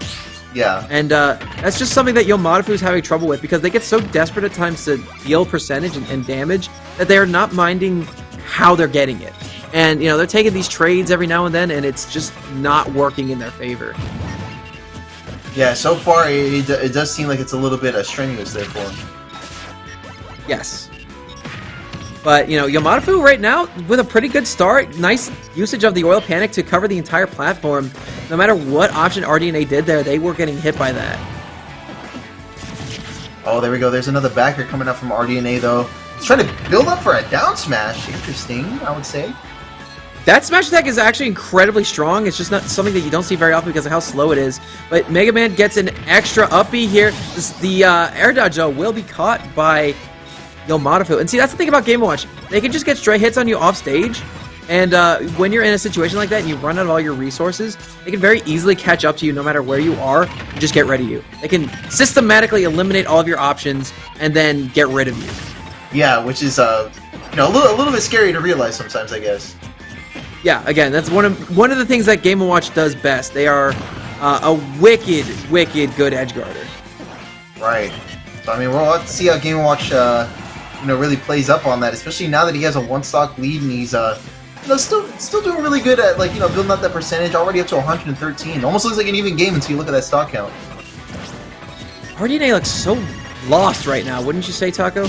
Yeah, I mean, nothing really changed. You know, the characters are the same, obviously. The stage is also the same. The only thing that really changed is, I guess, Yamadafu's approach and overall game plan, it seems like. And, you know, it very well could be that he was playing to RDNA's tempo in the previous game and is just kind of, like, outright refusing to do so this time. Yeah, pretty much this whole set's come down to who's had the lead at any given moment. Because pretty much if you have the lead, you can determine when the attack is coming and when it's not. Yeah, your opponent needs to be the one dealing damage when they're down. Exactly, they need to be the ones dealing damage. And I mean, like, that offstage up B like you saw there, and these offstage back airs too. He's dead. All this offstage gameplay was completely absent in the previous game. You can see that it is doing massive damage to the opposition right there, taking 2 stocks. And now our 2-0 is going to be 2-1. That's what I'm saying. Yeah. That's why Game & Watch is so potent. Because that wasn't just one good edge guard. That was 2 straight. Exactly. Because look, right now, Yamadafu gets back on stage. He's off stage again because of the leaf shield. RDNA whiffs a down smash. Then he's off stage. Now he's in a combo. He's getting back aired a bunch. He has his jump right now. It gets caught up by the up B. Actually, no, sorry. They use the jump right there. Excuse me. But now they're going to use their down B. And then try to use it again. And it just gets caught out with these lingering back airs that are disjointed, cover so much distance, and Game & Watch can just wheedle out your options and then get rid of you. Yeah, and it can just kind of take you out like that, man. It could really be that. I want to say almost. I mean, do we want to say easy? It did take 2 games to build up to that, but you know, when it does pay off, it pays out pretty well, like you saw. It's easier than, say, like if Bowser tried to do it. Right. No, that's definitely true. Yeah, Game & Watch definitely does have a kit that I wouldn't say it centers around those edge guards, but that is definitely Game & Watch's most reliable way to kill. Yeah, that's what I seem to be thinking here as well as we get into our game number 3. And, you know, maybe RDNA is going to be taking these sorts of things into account as we get into things, but already a couple of nairs being strung together, and seems like Yomadafu's kind of you know, putting himself on the map in this game pretty early on. Yes, but, you know, I gotta admit, I think the counter pick's definitely a good one for RDNA. You know, they got 2 platforms, so an open center, but a lot of ability to mix up your platform movement, or whether you want to be on them or under them. And, you know, having this kind of layout of the stage means that there's 2 different places for you to shark underneath if you're Mega Man. And, Right. and the platform being so close to the edge means that your ledge trapping is much stronger. They got a 9, but no cigar on the follow-up there. It was shielded. It didn't break the shield. And then a whiffed Shoryuken will not be taking that stock. And that was a couple of 2 strong options that just neither one hit. But it's okay. Yomadafu down to stock RDNA with a nice pick up there at the edge. Yeah, man, that was a very tense neutral exchange there, especially considering, you know, so a lot of these exchanges have been like, you know, par from par, or like, you know, just little like small hits being exchanged, but that was like some power moves being displayed there. Yeah, absolutely. He was like, I'm not afraid to go for this side B. It's not a win condition of mine. Actually, it is a win condition of mine, but it's you know, completely RNG. But Right. there is something that is, I don't know if it's unique to Ultimate, but I know it's a feature of Ultimate where you can't get the same hammer twice in a row. Yeah, I'm pretty sure that's So- how it is too. The next hammer will definitely not be a 9. Like, it's still like, I guess technically RNG, but I think that's like the only thing that's really like calculated, I guess. Well, yeah. you have a 1 in 8 chance to get every hammer because it just will not be the last one. Yeah, okay. Yeah, that's probably the best way to put it, I would say. It's a 1 in 8. Yeah. Even though there's 9 different possibles, yeah, that's definitely true. Well, yeah, but one of the 9 possibles eliminated because you already used one. I mean, No, assuming exactly, if you use the first one, I'm assuming there isn't one that's eliminated, but you know. I guess, yeah, you know what? If you really, really want to break it down, then technically it's a 1 in 9, but only once. Dude, I'm just a communications major. I have very little concept of statistics. No, I hear you on that, but hey, you know what? You know, Yamadafu probably knows that better than we both do, to be honest. Yeah, he's the one that... again, the 9 happened. I'll tell you that much. Exactly. It happened, and but- I guess to some people that's all that really matters. Dude, I love that brazen defensive option there from Yomadafu. Just run up and shielded. It's like, you're not going to bite. And, you know, RDNA just was forced to back down and go back to center. Oh, there we go. Strong dash attack, though, coming up from Yamadafu to take that first stock of our game number 4. It's going to go off of a 2-frame as well. And now, Mega Man being as heavy as they are, going to take 54% and continuing to climb. Yomadafu nearly bringing this match back. He's getting pretty up there. There we go. That forwarder is going to be taken in now to Yamadafu's potential last stock in the winner's side of this tournament today. But 97%, and he could be putting RDNA on his last stock situation for this game as well. Oh, and there we go. Good roll read. Yes, sir. And a very powerful up smash to tie it right back up on our last stock. Yeah, but then again, now it's an even game. You know, both of these guys, Mega Man is very much chip damage oriented with their damage in their game plan, but Game & Watch is very much, I will stay in advantage and I will keep hitting you with up airs or neutral airs, and I will continue to rack up this damage and this percent. There's the oil panic for another free 20%, and it's looking very good for Yomadafu. We're definitely playing on his tempo right now. Yeah, we're definitely on Yomadafu time zone right now. Oh, look at that. The last hit of that side he's actually going to be connecting. That was a little interesting. Yomadafu is also on an extra hour of sleep, too, because his time zone is not Arizona time zone, but he actually does acknowledge daylight savings. Yeah, that daylight savings. Dude, that messed me up so hard being here in the Midwest. I was like, oh, God, what's your time zone now? Oh, yeah. Wait, what time is it over there? It's 3:54, so you're only an hour behind us. Oh, okay. Which on normally now. would be like 2, or is that how that works? Yeah, ordinarily you're 2. Oh. But Yomada time is, it's bomb time. He's going for these forward airs a lot right now. His own crash bomb is actually going to hit RDNA off the platform. Ooh, There's the key. Goodness. He does survive. Still He has an surviving. uppie. Okay, that was a little bit scary. Yes, sir. And man, that pixel sure did something. Who won? Whoa. It was Yomadafu. That was actually kind of trippy, bro. Like, he was like at the ledge, and then like it just flashbangs the whole screen, and then he's just standing in the center stage, the only survivor. That was like that wasn't even Game Watch Final Smash. That was just Yomada's Final Smash. Yes, sir. Yeah. He just flashbangs Messing with the flat zone today. Exactly. Oh man, that's the flash zone right there. Oh my goodness. Okay. Well, here we are. Eyeballs. Oh, Village. What's going on? What was that? Ken? That was like a Villager Mega Man Ken amalgam. Yeah, that was like, and it was called Morzada. Yeah, it was like more salty. Yeah. That. Oh my goodness. That was the fifth horseman of the apocalypse right there. It's like we were playing like a bootleg Smash Brothers, just making up character names. More Zalda. Dog, I was talking about bootleg Resident Evil. I don't know what you're looking at. Yeah. Capcom Resident Evil featuring Animal Crossing. Oh, I thought that was a combination between Street Fighter and Donkey Kong, Capcom. Where did you see Donkey Kong? I didn't see him. I almost saw Donkey Kong in there somewhere. I saw all kinds of things, and I think we still are right now. Yeah, I'm seeing my grandma. I miss you. Grandmama? Is that you? I saw her face in those pixels. Honestly. I'm loving this right now. Dude, this is exactly how this was meant to be. I wouldn't prefer it any other way. I gotta be honest with you. But there's an oil panic, gonna be shielded, not gonna deal anything. I thought that actually. Oh, true. Don't say that, production, please. Oh man, that extra money. Big money. That big money. Oh no. Oh, wait a minute. Okay. This is game 5. I'd like to remind you guys. Yomadafu's sustained only 25%. Actually, 35 now after that Pixel Sword did some damage. And RDNA's percent is like a redactor right now. I want to say that, yeah, 125. And then 53. On the end of a Yomadafu. Yomadafu's not really approaching all too hard right now. They're being kind of passive, and I think RDNA is actually absolutely taking over right now. Oh! Okay! Wait a minute. Whip that hammer. That hammer didn't even come out. I don't even know what number that was, but it was just met immediately by a Shoryuken. Yeah, that was a instant Mega Upper coming out there.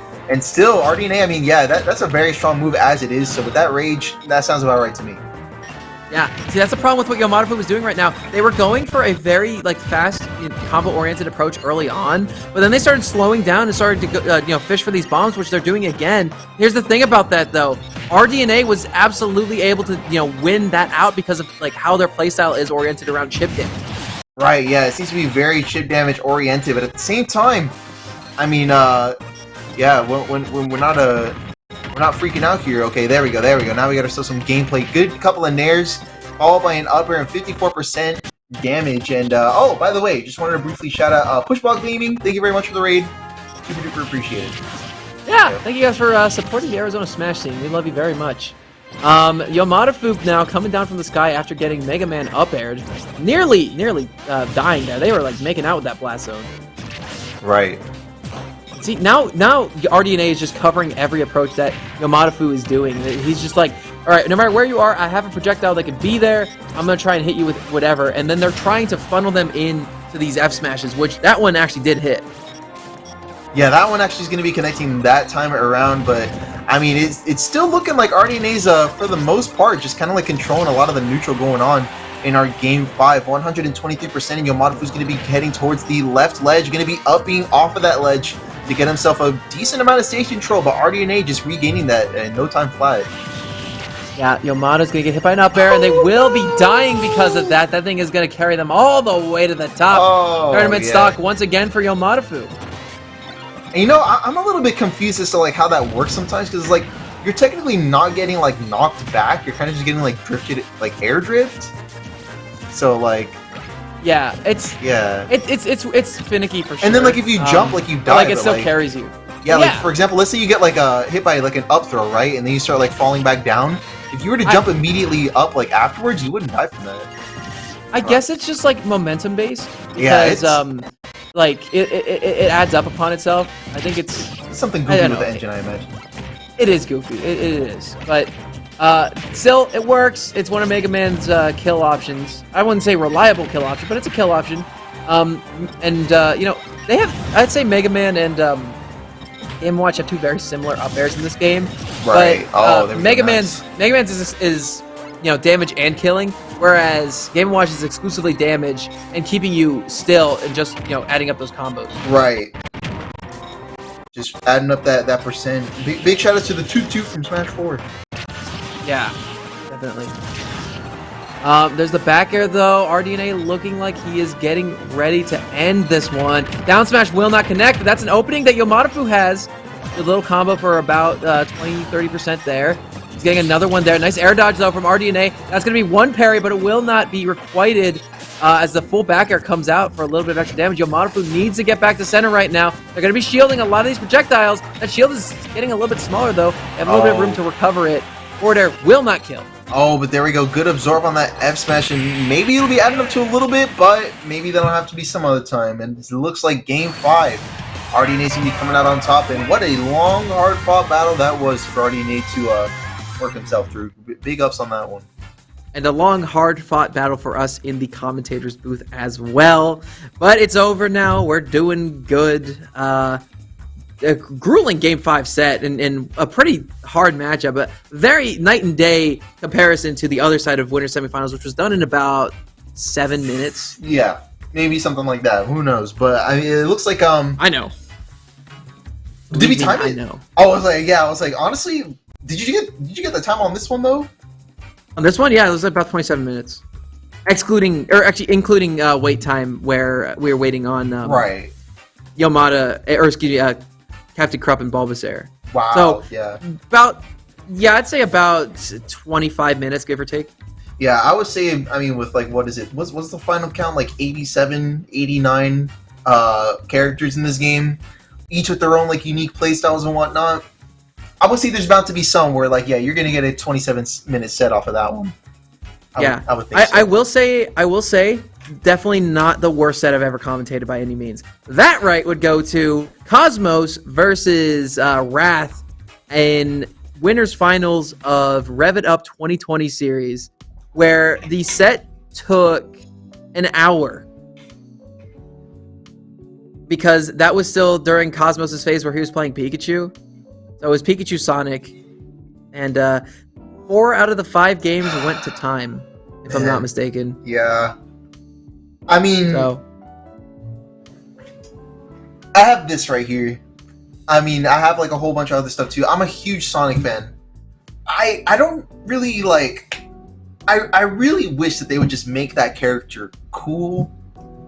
Because like the character's cool, so you would think the character in a fighting game would be cool. Definitely not the case in this game, man. And I really wish I could be wrong about that, but I don't know. He's not a fighting game character. He's in a fighting game, but he's not a fighting game character. No, I mean like in a fighting game, exactly, yeah. Like I really wish they would have made him a cool fighting game character.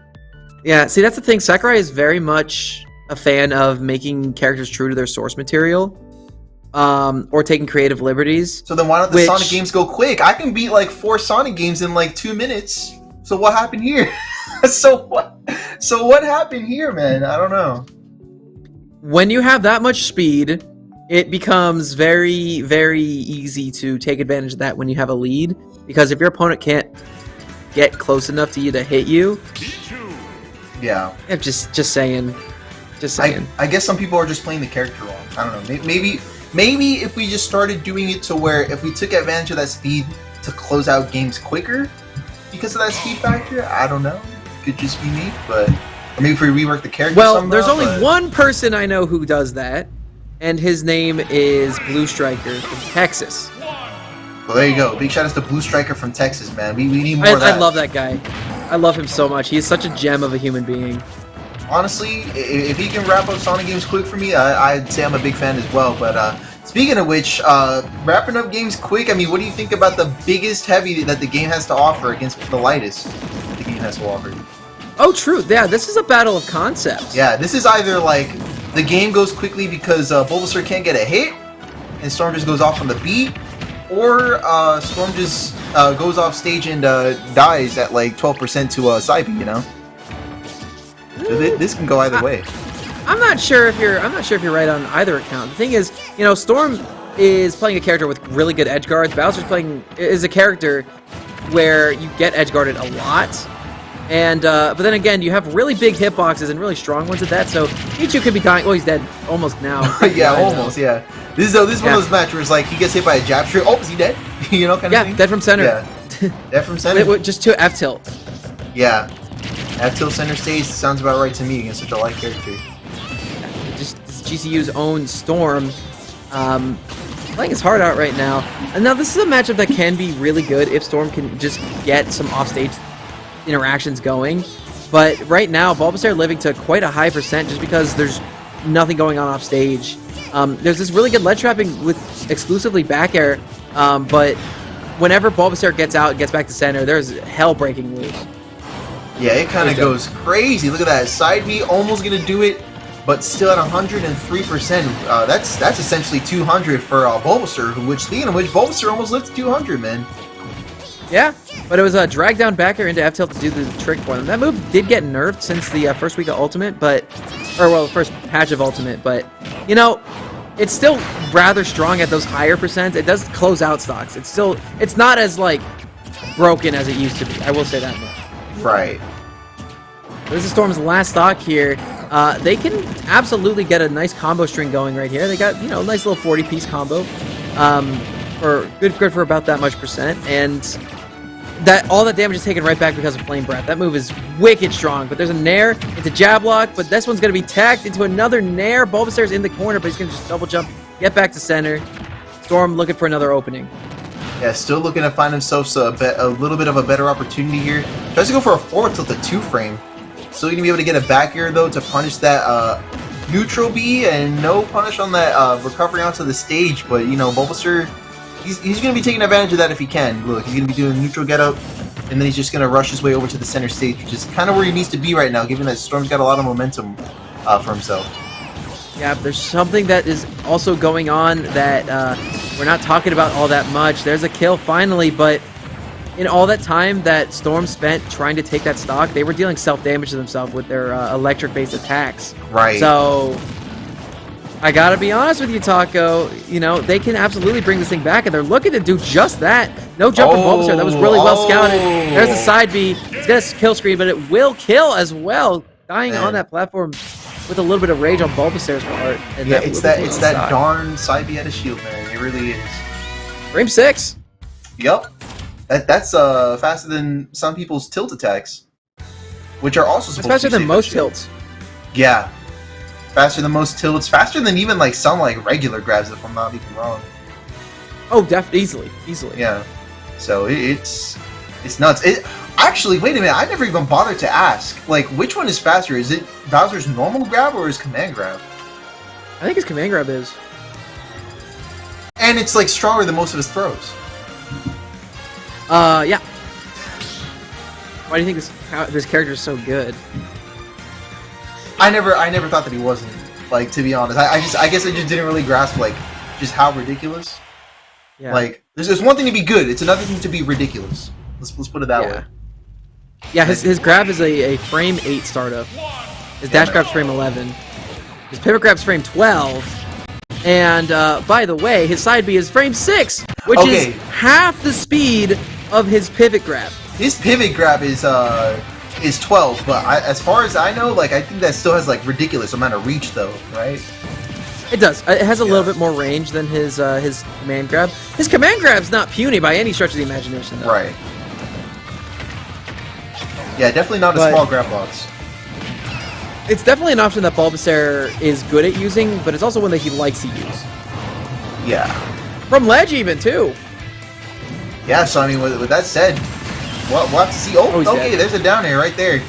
Stopping him straight out of the get-up option. Get out of here. And, you know, again, the damage output in combination with, like, the kill power of Bowser, I think is just way too strong for I feel like Storm's playing this too straight. I'm going to be completely honest with you. He's not going for a lot of, like, edge guards, which you kind of need to do as Pichu. He's opting more for ledge traps and for, you know, T-jolts at ledge and F-smashes instead of going out off stage and trying to do stuff. Because Bowser, decent recovery, not an amazing one by any means, especially after you lose their jump. And Pichu's a really good edge guarder. So, you know, you need to take these risks and go off stage a little bit. If you're playing this as straight as you normally do against the heaviest character in the game, you're going to have a hard time getting those kills, and that's exactly what Bulbasaur is leaning on. Yeah, that's kind of like what's pretty dependent on right now. Yeah, there's the back air, though. That will kill. Nice little combo into it as well. Okay, not bad so far. Gonna see themselves a down throw. A couple of up airs strung together, but unable to follow up with that back air. Okay, he's kind of, again, this is kind of like what I was kind of like foreseeing a little bit, just kind of going crazy on the neutral.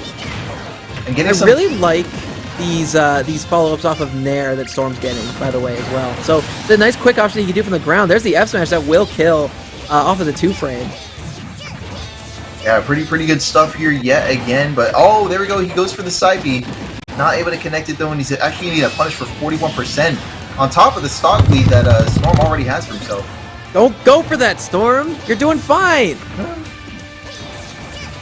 All right, I had to do it once. Yeah, I had to do it once. I was like, I thought an earthquake hit your state, bro. I was like, oh shoot, is he good? He's thundered before, but he's done it in a calculated way. That was all brazen, and you know, not that it really matters at this percent because you know you're taking a little extra percent, but I mean, oh, he's gonna going under the stage. Yeah. Absolutely. Oh yeah. Oh, missed the B reverse though, so it didn't get the T jolt on the ground, and Bulbasaur's absolutely in the ballpark to punish that with a forward air. The Storm still with a percent lead. Bulbasaur not gonna jump into that Thunder. Because I know Storm was absolutely gripping and ripping for that Thunder, but when he saw that no jump came out, he's like, okay, I'll opt for a Lead Trap now. But there's 2 Flame Breaths, and it's nearly even percent again. Right, just about even. Oh, there we go. Good forward tilt actually falling off of the down air. Pretty instant. This is the percent where at the ledge, Pikachu Smash Attack will probably kill. There's the back air. Did you catch that? He used the Shadow Clone Jutsu. There was like 2 of them for a second. He was in several million little pieces. Yeah, he like duplicated himself. That was awesome. Oh, as there a we throw go. down B, and that's gonna take the stock and the game. Storm puts it 1-1, and we're looking at a game 3 situation here, where there's a flex game situation. Nobody has an advantage right now. Whoever wins this next match has counterpick advantage for the rest of the set. The glitches don't show up in the replay, do they? I was gonna say, like, I want to see him use what's that one move? He was using double team is what he was doing. That's what it was. Yeah, he was using double team, bro. That was cool. Or like, is there a move called like multiply? Or no, I'm just thinking of double team. That's what it is. You're thinking of double team. That's Lucario's counter in this game, but. Or no, I was thinking of minimize. You can like make yourself smaller. That's something different. Yeah, it's minimized. It accomplishes the same thing as double team, I think. Is there a maximize? Does that exist? No, definitely not. Oh, okay. That's weird. Well, anyways, we're here on Town and City, running it here. How many times have we got in Town and City today? I know every time Bulbasaur has been on stream. Ah, yeah, that's right. Which makes sense. It's a very good stage for Bowser.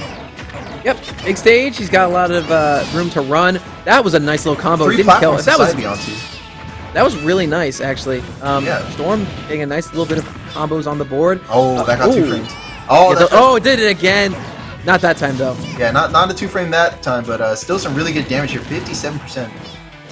That F tilt lingers for quite a long time. It does, yeah. He's not dead.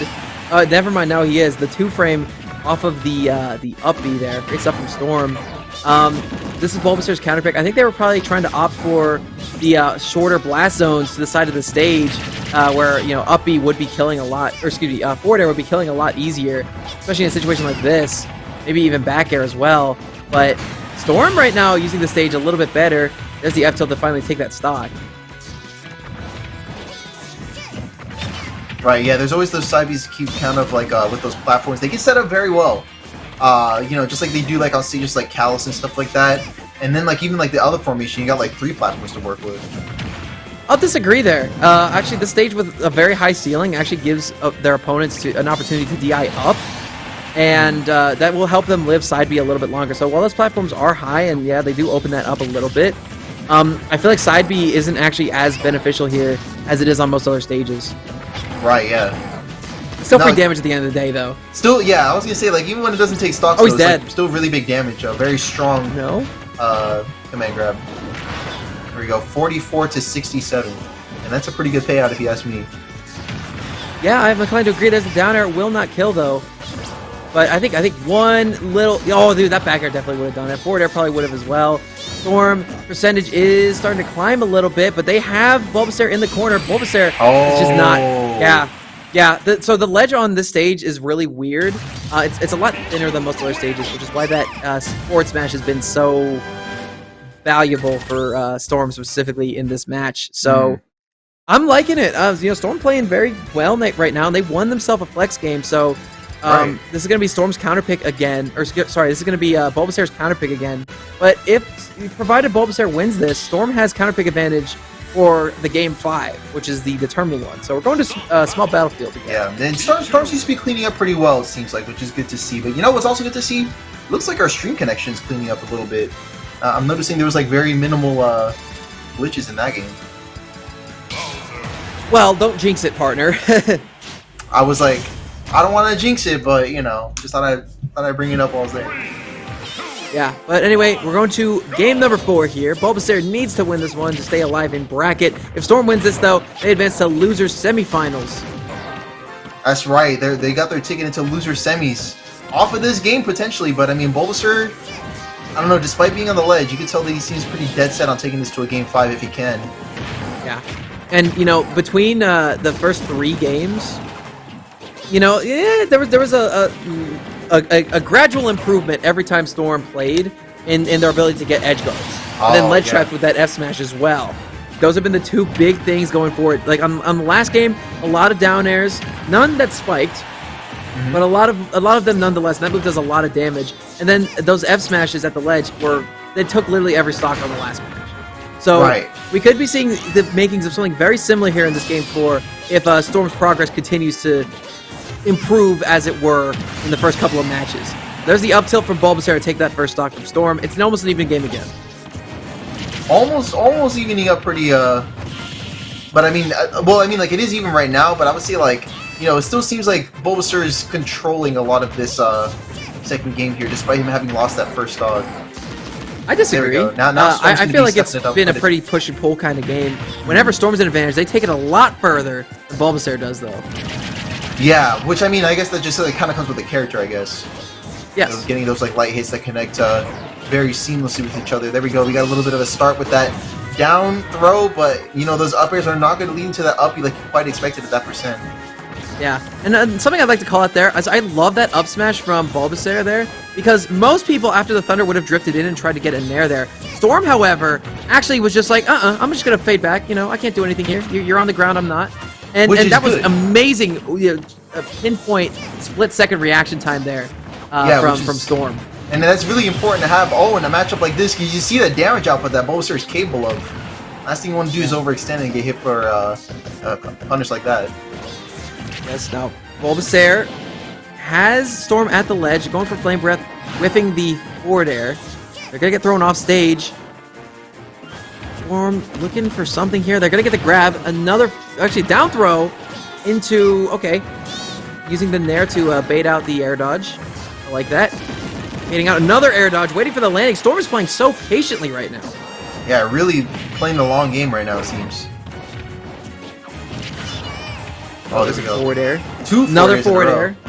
This is max rage on Bulbasaur too. Another forward air. This one will not kill. If you went for that third one, I think it might have. Yeah.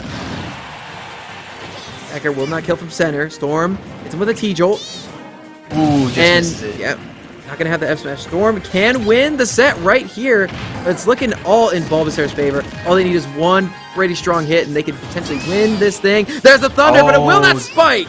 Doesn't get that spike hitbox. Unfortunate, but he still has himself this last stock, but only to be met with the side B, and that's going to take us to a game number 5. Good play from both players. Bulbasaur, looked a little bit down and out of it at the start, but they came back in a big way. Only lost one stock since losing that first one. That's how the game works. But they took all 3 of Storms in the process of that, and they got the side B right at the end, sealing the deal. That is a Pichu pancake.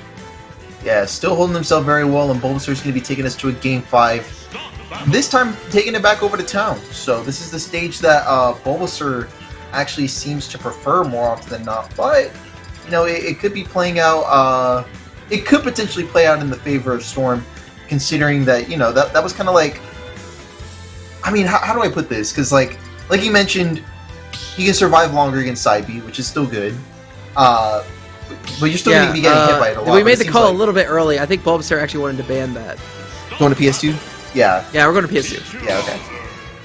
Yeah, so I can understand why Bulbasaur did not want to go to town again because they lost there, and you know it might have been a DSR call as well. I'm not sure if DSR is legal at this event, but I want to say it is. Yeah, actually, if you don't mind, I'm gonna get up really quick. I just need to like figure something real quick. I'll be right back. I got you.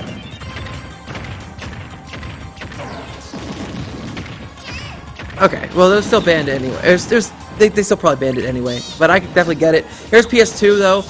Bit of a wider stage. So oh my god, he's dead? No, he's gonna make that back. Oh my god, he gets a spike out of that too. Bulbasaur, playing great right now, but they're taking a lot of damage. Storm absolutely shredding through them with this electricity. But yeah, this ledge is a lot different than the other two stages because it's thicker. There's a lot more meat to it. So two-framing with that F smash is going to be a lot less viable of an option for Storm. That's not going to stop them from going for it because it's been such a valuable tool during the course of this set. But it's only going to work if we're hitting the late end of the up B. But right now, Storm has Bulbasaur in a position where they could be taking the stock here. It's going to be up throw. No Thunder going to be had off that. Ooh. Instead, they're going to bait out the air dodge. A nice frame trap off of that back air. Yeah, that was a very strong catch there. And there we go. F smash at the ledge is going to be taking that first stock. But, you know, Bulbasaur's already done his work to try and catch up here. 114. Storm is only about 1 to 2 neutral exchanges away from a tie game once again. Yeah, see, I was just talking about that F smash at the ledge. After hitting Bulbasaur with that T-Jolt, it put Bulbasaur further off stage, so they had to wait for the later end of the up B, where Bowser gets a little bit more height, and it actually takes longer for Bowser to grab the ledge in that animation, especially, and it also makes Bowser a lot bigger because they kind of like lean out of their shell a little bit. I don't know how to describe it, but their hitbox is much bigger, and that's why the F smash was able to hit instead of before where it really wasn't. Right. And yeah, now it seems like Storm is able to keep things fairly even in this game here. Bulbasaur is able to make up for that lost stock, but still, you know, Storm's not going to let that come easily in terms of potentially getting a lead. Yeah, Bulbasaur is trying to fight their way back into this, and they're going to whiff of an up B. Storm is going to punish that accordingly. Going to get a forward air off stage, and yeah, they get a T-Jolt. They can recover here, but they are going to get hit by another F smash. Again, that's really, really good adaptation from Storm. It's not something a lot of players know how the F smash from Pikachu works there, but I really appreciate the Storm's exploiting the later end of that up B animation. Right. Oh, there we go. Strong follow-up with these combos here, and Bulbasaur now sitting on his last stock for this set. 88%, and he's still trying to work his way into this stock. There we go. Side B off to that platform, and that's going to be putting us now on our really final definitive edition, a last stock situation. Yeah, for both these characters. There's the F tilt. Yeah, he's dead. He's going to catch that. Absolutely. And dude, as soon as Storm figured out the timing and the distance he needed to get his opponent in order to get those F smashes to hit, right, that was what won him the set. That's kind of ever since he figured that out, that was how he won the set. Because that's honestly like one major component that was missing from the earlier games for sure. And combined with those forward tilts too. Yeah, look at that. Yeah. Again, pushing Bowser far off stage forces them into a different animation. And yeah, I've said it 100 times during that game alone. But, you know, good stuff from Storm. They're going to be guaranteeing themselves top 4 and a position in loser semifinals where they will be having their run back versus Yomadafu. That's right, the Yomadafu run back is coming in close, because I mean, Yomadafu's been showing up at a lot of these brackets as well, I would say. So, you know, him making like a high placing like today, kind of like not surprising, but also like just really, it's fun to see, like, because like, you know, you get to keep up with these players, making like all these great improvements, and I mean, it's even built up to RDNA, who's going to be now going up against Captain Krupp for our next match here, which is going to be this is winners finals. Yes, just trying to make sure. Oh my god, wow. Yeah, wait, did you see Krupp just a second ago use the rush coil to get another up air in, and then an uppie afterwards? Yeah, it's Krupp's on another level. The rush coil. Krupp he's so knowledgeable about so many matchups that he uses his opponent's strengths to his own benefit, and actually makes it feel like a bit of a weakness too. Yeah, and that's always a fun thing to see. Yeah. Unless you're already an A, in which case you're like, dang. Right, well, That's you know. unfortunate. Well, you are playing against the best player in the venue, and yeah. I don't think anyone is here to dispute that fact other than RDNA. Yeah, so I don't think RDNA is really too surprised to hear that either. Yeah, but I don't know how much experience Krupp has in this matchup because, again, not a lot of Mega Man players in the world, and I don't think Krupp has had the pleasure of playing RDNA for a while at least. Right, I would think so too. Oh, there we go. Strong down B, actually. Bit of a surprise option there. Even RDNA seems to be a little bit surprised at that one. It's a good burst option. It does a lot of damage, especially in the sweet spot, and it kills at like a little bit of percent. I'm not sure if it was buffed recently, but Falcon definitely was. So a lot of this stuff is looking a lot easier to come by for Krupp. Right. That was a nice couple combos. He got a knee into an up air into another knee. Actually, I think it was up air, nair one into another knee. Wow. God, this guy's insane, and he just will not let up on the pressure. Krupp has one direction, and it is forward. Yeah, showing no signs of slowing down anytime soon, it appears. He does not just want to be another page in somebody else's history book. There we go. Good down B to get himself a little bit of movement, but RDNA is still going to be the wiser, catching him with that back air. And something whoa, definitely happened. Oh, and Captain Krupp took that stock breaking somehow. the fabrics of reality right now. Oh my goodness. Okay, we're just going to a whole nother dimension. Right now, what we are witnessing is the next Smash Brothers game. We are looking into the future, but as you can see, we're still working it's at an the early kinks alpha, as you can tell. of our time travel machine is still working at the kinks, as you can barely make out. PS2 is still a legal stage in Smash 6, so there you go. It was fun to see. Mega Man is still in, so is Captain Falcon, so it's great to see. Alright, here we are back in Smash Ultimate. We're catching up here. One stock left here on RDNA, 83%. And Captain Krupp still has oh my goodness, that's a JV3 stomping straight through the opposition and the stage to take our first game for the winner's final set. Holy cow. Wow, I gotta say that. Again, Krupp hits those a lot more frequently than most other Captain Falcons you might have seen. One of the best in the industry. I mean, look at this. Doink! Right through the stage. Yeah, hit him with the doink. The big doinky. Straight through the stage. He sure did. Strong finisher. So we're going back to PS2. No surprise there. People like the stage. Whatever, blah, blah, blah. And, you know, Captain Krupp is trying to figure out how to best dismantle his opponent. RDNA is probably going to try to opt for a little bit more of a passive game plan and then wait for the advantage to come. Not overextend it, not push it, but once they get it, they will have it. Right, once they get it, they'll get it secured, but right now, I mean, RDNA getting himself at the ledge there, trying to get back on the stage, but Captain Krupp is just denying his access time and time again. Oh, look at that, a little interesting trade with the back hit of Mega Man 4 there. And now RDNA, even off of that alone, is going to be able to get himself back into the neutral stage. Waiting for he's actually ready for the downbeat this time around. You can tell Captain Krupp was reeling for that one. Yeah, and you saw RDNA as well bait out the F smash from Captain Krupp. Yeah, that's something I've noticed Captain Krupp's been doing, but I didn't really see it exploited until just now. Whenever he stays put, he is trying to figure out how to land a strong option to kill you. Oh my god, and yep, there's the Shoryuken to catch that landing too. But RDNA was just like, okay, if you're waiting patiently, I'm just gonna, you know, hit you a couple times, then I'm gonna bait you into doing an option, and then get you off stage again. It was just really pristine play from a Captain Krupp who looks like he's trying to play with his food a little bit. Yeah, oh no, a little bit of an unfortunate B reversal. He's going to be B reversing B tides into RDNA's favor with a 2-stock lead. Yeah, it's not often you see people go up like this against Captain Krupp. The only person I really see do that is Stroder. Right. Oh, wait a minute. Okay, I don't know if that was intentional or not, but that was a little bit smart. Using the timed side B to kind of soft hit him to delay his recovery a little bit. I don't think that was intentional. I want to say it wasn't, but that was pretty neat either way. I think it just kind of came with the terrain. He was just like, oh, I guess I can do this. But I think he threw it out in the first place to try to just prevent Captain Krupp from wanting to go for a down air. But so it was multifaceted. There were layers to that. Most likely the case there, but oh, check it out. Captain Krupp wasting no time, landing these strong neutral hits to get himself 93% on his opponent, but still he's going to be suffering 63 as RDNA is showing no signs of slowing down on this this good momentum, this good pace that he's built up for himself.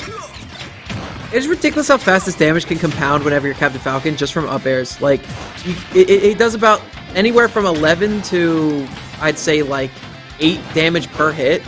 And if you hit like 4 of those, that's like 40%. And there's a back air too. After the massive amount of damage that was inflicted, I don't think Krupp wants to lose this game, and he's doing his best to make sure that he doesn't. Oh, there we go. Strong forward air. He's out there but he catches that roll in. RDNA, there is some fight in this kid. Yeah, RDNA uses that actually somewhat often. You know what? Not just using it like to kind of just like get it out there, but he gets it with some intent, which I can definitely appreciate. I just burped. Oh, you're good. Oh yeah. Oh, that's beautiful. Mwah.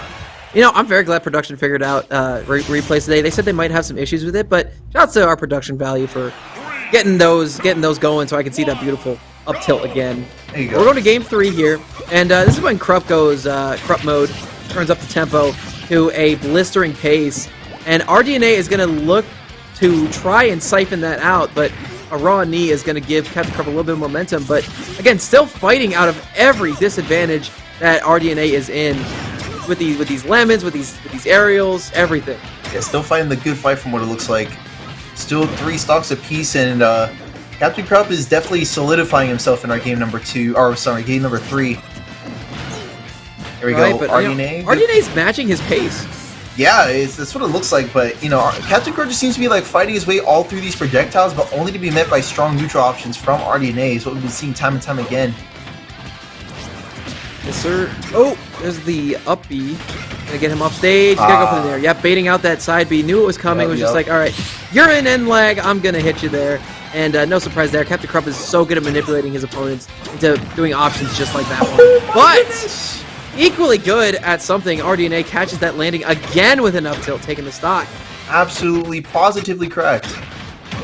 Just like our stream setup and that knee. Yeah, also that knee as well. Oh, here we go. We've got some Smash 6 footage coming up here. It's a little blurry, I apologize, but oh no, that's all we're gonna get for now. Oh wait, we got a little bit of more. A little more Smash 6? Oh no, okay, we're back to Ultimate. Oh my goodness! Okay, that wasn't even Smash 6 footage. He just hit the down air so hard it bugged out the screen, man. That's all it was. He hit that yoinky sploinky. That yoinky sploinky? Yeah, hit him with the up air and then boosh, down air. Exactly, man. Hit him with the doinky hitbox.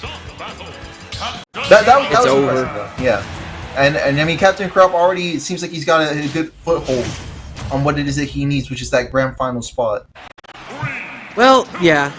The bracket speedrun might have tapered off a little bit because of the Game & Watch Mega Man RNG.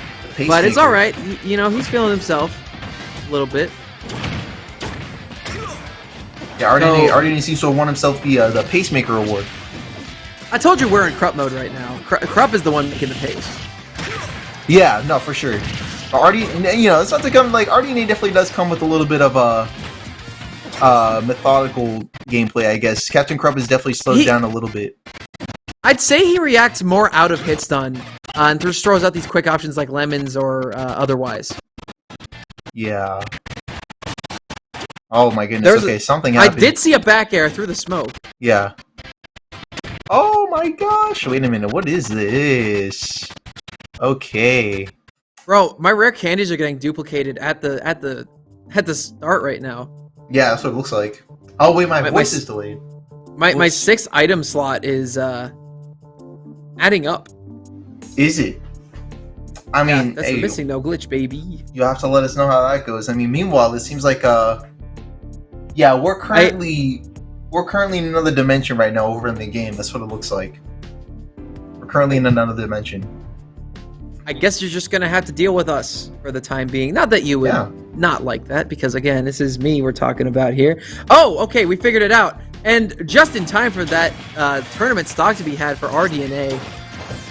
Yeah, now RDNA, like you mentioned, is you know, on the brisk of his not tournament stock, but winner stock. As Captain Krupp is, I mean, 3 stocks still, and it seems like he's gotten himself a pretty good download on whatever seems to have been holding him back with that one game that RDNA had finessed himself. Yeah, it just seemed like RDNA, again, was the pacemaker that match, but ever since then, it's been all Krupp. And, you know, there's no reason people can look at this and say, oh, yeah, he's not the best player in well, the best Captain Falcon in the state at the very least. At least a top 3 player in the state, I would say, for my money. I would think so too. There's maybe one reason people could refute that, but I'm not gonna talk about it. Yeah, we just got word that Captain Krupp and RDNA have safely returned from the dimensional rifts that they were in previously, and hey, Captain Krupp came out on top. Look at that. So no surprise there. He's a good player. Yeah, I am inclined to agree. But that is going to set up losers semifinals between Grand Canyon University's Storm and Yomadafu, Twitch streamer extraordinaire, and Game & Watch, an aficionado, I will say. That's right. But I gotta admit to you, this is a run back from earlier where Yomadafu looked on top of it, but Storm's been playing very nicely. I mean, their on-the-spot adaptation in between sets has been really nice to see. I'm really enjoying watching this kid play today, and I can't wait to see how they could possibly come back against Yomadafu. But this is a best-of-5 set. Winner gets to play against RDNA in losers finals, and winner of that gets to play against Krupp in grand finals. Yeah, and that's kind of like what it's come down to now. It seems like some of these sets have gone by really quick, and others like have gone by like a little bit slow. But it does seem like the players have definitely been keeping up with each other for a majority of these sets. It seems like. Yeah, that was almost too in sync. Yeah, that freaked me out a little bit. You were like. That was like they CPUs now. I mean, we have no face cams to prove otherwise. We'll just be getting a whole bunch of AI fights for all we know. Yep. So, hey, man.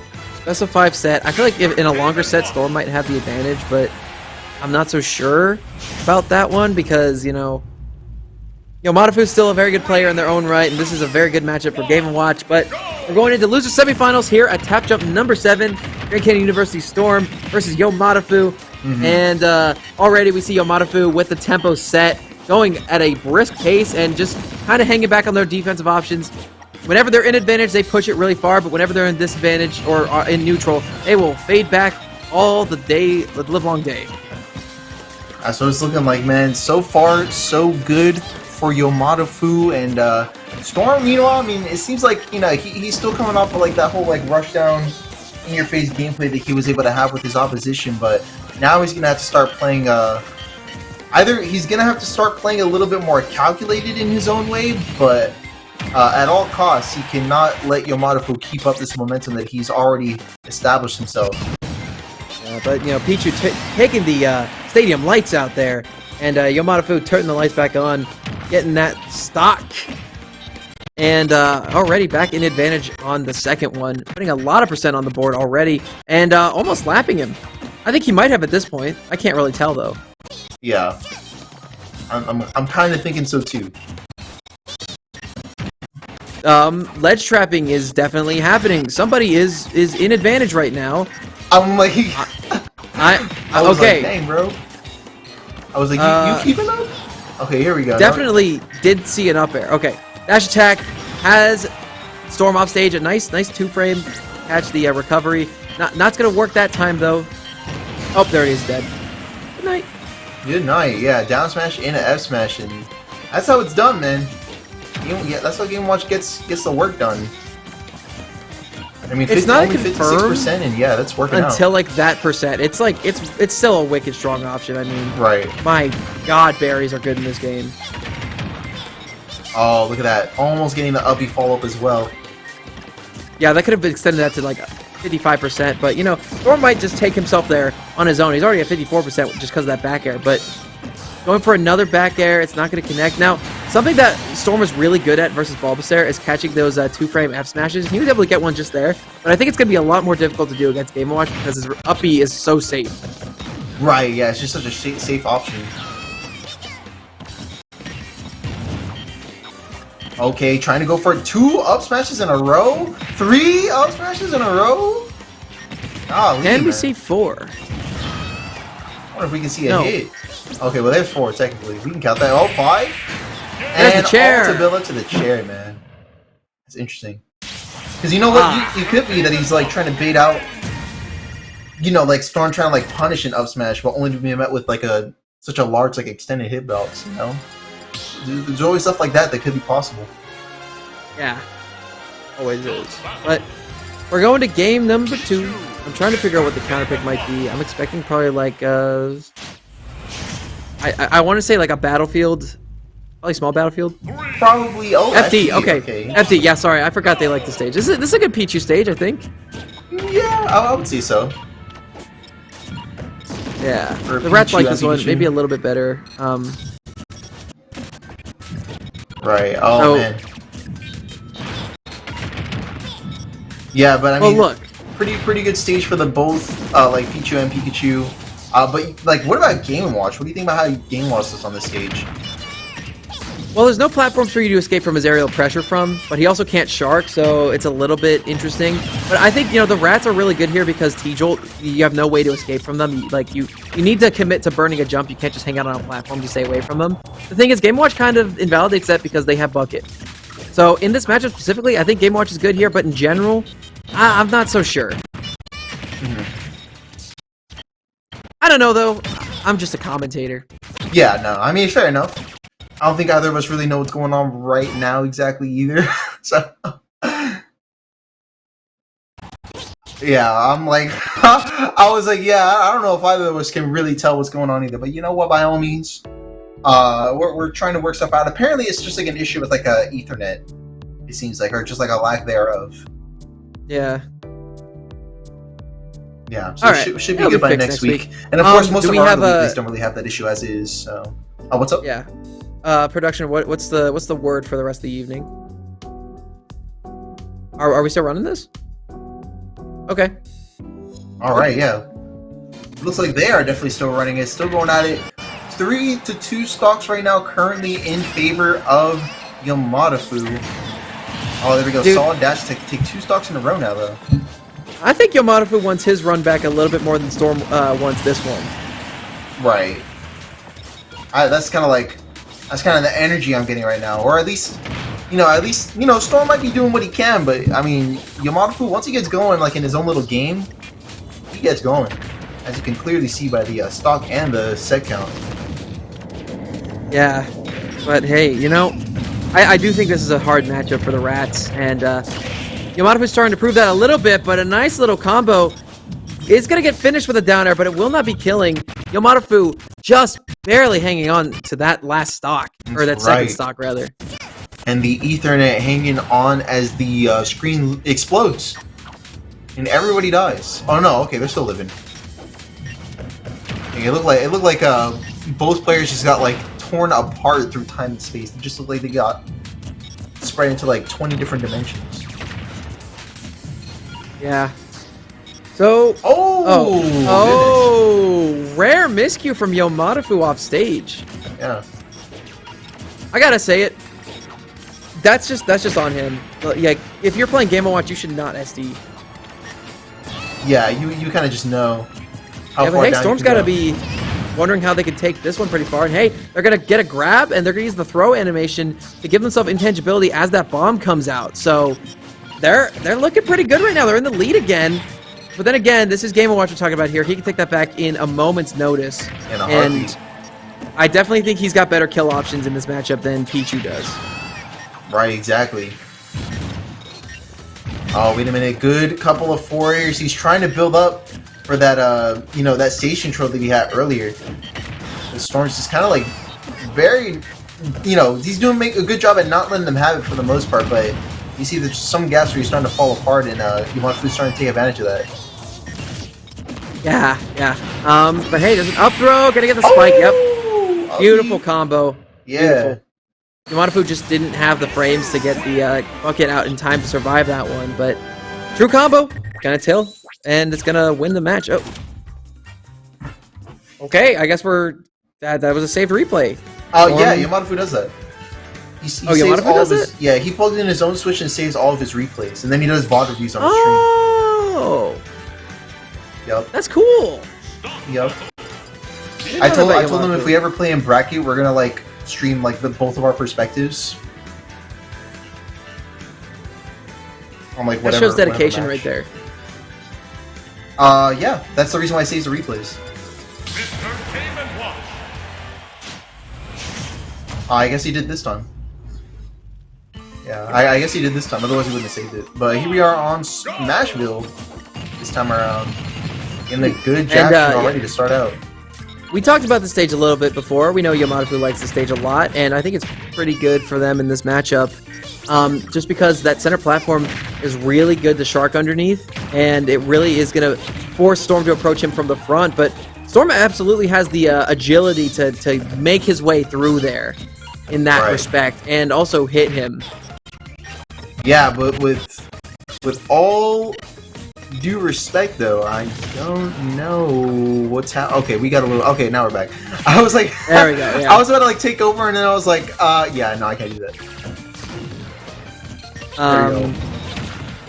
Got ourselves a good little bit of neutral here. Oh, look at that! Interrupted by the overextension yet again to be met by down air. That seems to be something that Yamadafu has been calling out time and time again. Yeah. Oh, okay. Good air dodge from Yamadafu to survive that thunder, but I really appreciate that Storm went for it. Trying to catch the frame trap a little bit too late, but I love the attempts regardless. There you go. Okay, he went for the up throw, but was waiting to punish whatever option he did after that. You can tell there's a little bit of calculation here on Storm's end, and yup, there we go. Solid back here to tie up our stock count yet again. Really good whiff punish there. You know, recognizing that Nair was a little bit of an overextension, and they were just like, you know, I'll take him off stage with the back there. It was good stuff. Yeah. Storm really coming to it here in the later matches. You know, I feel like Storm always needs that one first game of buffer. Once they get that, they can just turn the set around at a moment's notice. They're not winning right now, but again, all it takes is like one good advantage state for them, and they're probably going to have Yamadafu at like 60 or 70%. But then again, Yamadafu can just hit you with the berry into parry or kill him. I don't know. The super kill. The super kill. The avatar state. Mega Controlling earth and fire. Oh, here we are. Storm trying to get himself a good back air, does so. Trying to control a little bit more of the stage now, but yeah, it seems like Yamadafu has just been very adept at getting himself right back to where he is currently, which is that optimal center of the stage. Yeah. Oh, Very solid S smash catch though. That's like the first time I've ever seen that hit. Actually, like the second time I've seen that hit this set, but like I don't really see it often hit Yamadafu. I think he just recognized how low Yamadafu was, and it was like, okay, I'll be able to hit this because it lingers a little bit. Right, very possible that was the case. Definitely think it was. So, okay, a couple dash backs from both these guys. Neither one of them wants to commit. Yamadafu is going to be the one to commit first, though, with a dash attack. Going to set up for a little bit of percentage on the board. And now, I think Storm's at the percent where Yamadafu could pretty much hit anything that's strong and it'll probably kill. Right, I think we're starting to get up to that part. Yeah. Because Pichu, lightest character in the game, he's bombed. Yep, he's dead. Yep, that'll do. Anyway, game number 4 is up and coming now, chat. That's right, we got that coming up next here in just a second, but first off, let's have a little look at this here. Since Yamadafu's going to be landing a dash attack, trying to follow up with a forward air, but, I mean, yeah, kind of like, it's really weird how those forward air can like string together like that. Where it's like, the forward air like cancels out the other forward air so that you can land the forward air sooner than the forward air would have forward aired originally. It's a little weird, but hey, Yamadafu makes it work. Because, I mean, Yamadafu, he seems like, well, once he gets himself like into like a rhythm, and I mean, we mentioned this before, but like, he really does like do a really great job at getting himself like into a rhythm of you know, certain options or like certain like parts of the stage that he wants to control, and you kind of just gotta like recognize real when you see it. Like, he can really just dominate like certain parts of wherever he needs to be. I gotta be honest with you, Taco, my friend. I don't know why Storm counterpicked Yamadafu to the stage again. Yeah, I thought they had DSR on, to be honest. Well, yeah, they do. It's counterpick DSR. So FD was what the ban was, but again, it was Storm's pick. So the thing is, yeah, this is Yamadafu's comfort stage in a lot of these matchups. I don't know why Storm. I don't know what Storm is thinking, honestly. So we've seen it might have been brazen. Maybe they just didn't want to make a change. I don't know. But yeah, I mean, it's super important to not let your opponent play on a stage that they are comfortable on. Right. Yeah, no, he seems to be comfortable himself with this stage, but Yamadafu, again, like we mentioned, he's just very comfortable doing exactly what he's needed to on this stage every time to pull out a win. Yeah, again, he does like the stage for a reason. Right. You know what? And I think that's what it is, because I was just talking about like how good he is at like just controlling like particular areas, and I think like one big factor of that is just the fact that like I guess more often than not he just ends up on the stage that he knows how to control the most. Well, yeah, and I guess when he isn't on a stage that he can control, he suffers a little bit. I guess so. Yeah, he's gonna go for a side B there, and then turn the. Dude, it's Reckoning Day. It really is. So Storm has him off stage. What's he gonna do with the ledge? He's gonna just MF tilt, wait for the landing. He's gonna disengage, but he's gonna catch him off of the jump with a back air. Storm makes it an even game in terms of stocks, but again, one strong hit from Yamadafu, which he almost got there. Almost, yeah. With that up smash, just barely whiffing that though. There we go. Good dash attack as well. Oh no! Okay, he's gonna be going to spike Casper over there. Oh my goodness. Okay, that was that intentional? I don't want to say that was, right? No way. Sure. You know, we'll just go with that one. Alright. But hey, this is tournament stock here for Storm. If Yamadafu wins this next match, he is advancing into losers finals, where he will be playing up against RDNA for the run back. And Storm is kind of reeling from all this abuse right now. Yamadafu playing a little bit too strong, a little bit too hard. There we go. He's going to be going for some pressure on that shield. Yamadafu is just up and down there all day. Yes. So there we go. He's going to catch him.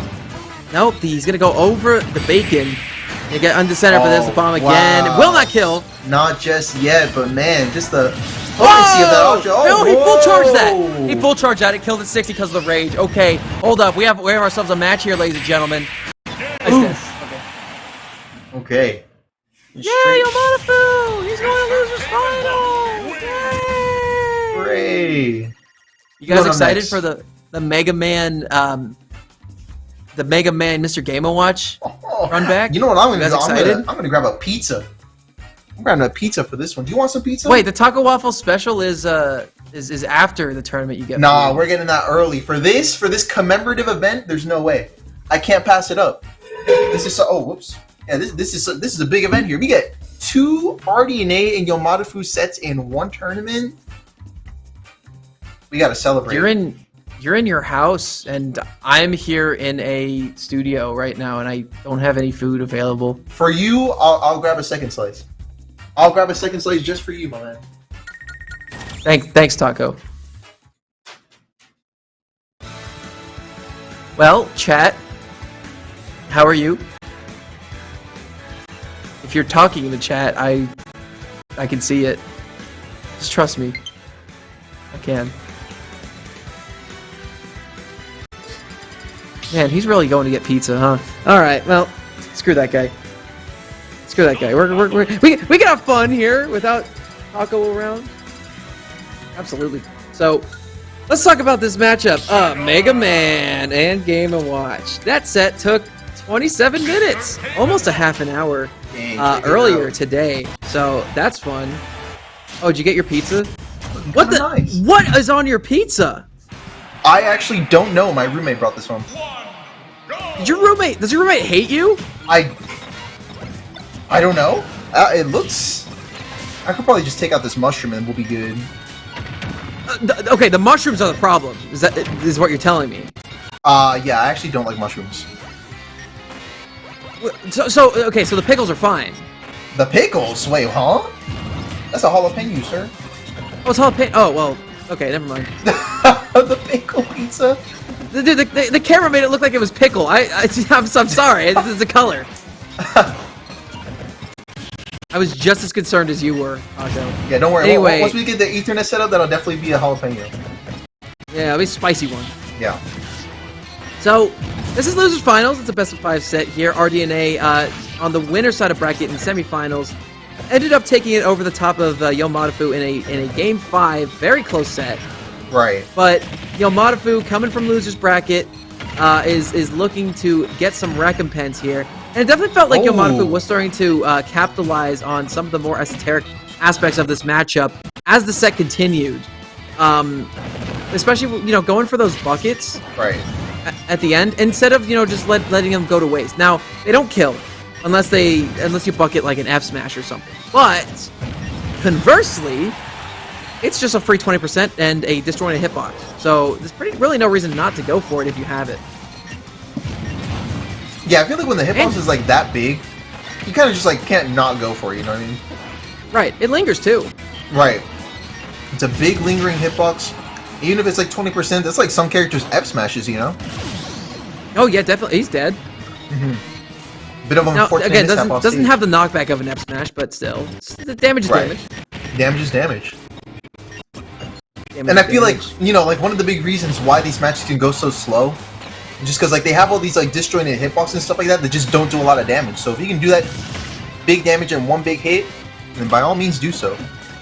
Yeah. The thing is, both these characters kind of counteract each other's ability to deal damage. Like, for example, Mega Man gets a lot off of their chip damage with their projectiles. Mr. Game & Watch can reflect a lot of those projectiles. Conversely, the elusiveness of RDNA makes it very hard for Matafu to get any sustained combos going.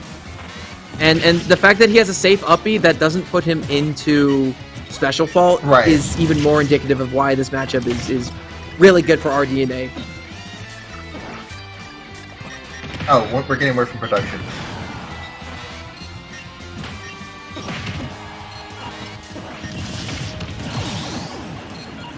Right, yeah, that's a fair point, production. I mean, they were talking about how RDNA really likes to use F Smash as a ledge trapping option, which is generally very good here. Right, it's generally but not in this matchup, though. Yeah, I would say like normally that works out in the favor of Mega Man. Yes, yeah, but if he can get reflected, but there's a hard knuckle, that one will not be reflected. Matafu goes down to the blast zone, and now RDNA has a chance to steal this game from out underneath the carpet. Yeah, RDNA in one fell swoop is bringing this to a much closer game than it was just a second ago, and already he seems to be using that opportunity to the fullest, getting himself 42% down throw. And now we got ourselves 48%, so things are definitely starting to even up here in our game number 1. Yeah, the lead is starting to condense a little bit. Matafu still fighting though, still trying to maintain this lead. He is going to go get the bucket. I hate that it blue screens. Yeah, blue screens. It doesn't kill always. Oh my dude! Ooh. If he got that double jump off, that was a back air and he won. Yeah, that would have been just about it right there. Oh my god, dude. There we go. Matafu already building up the bucket here for a bit more.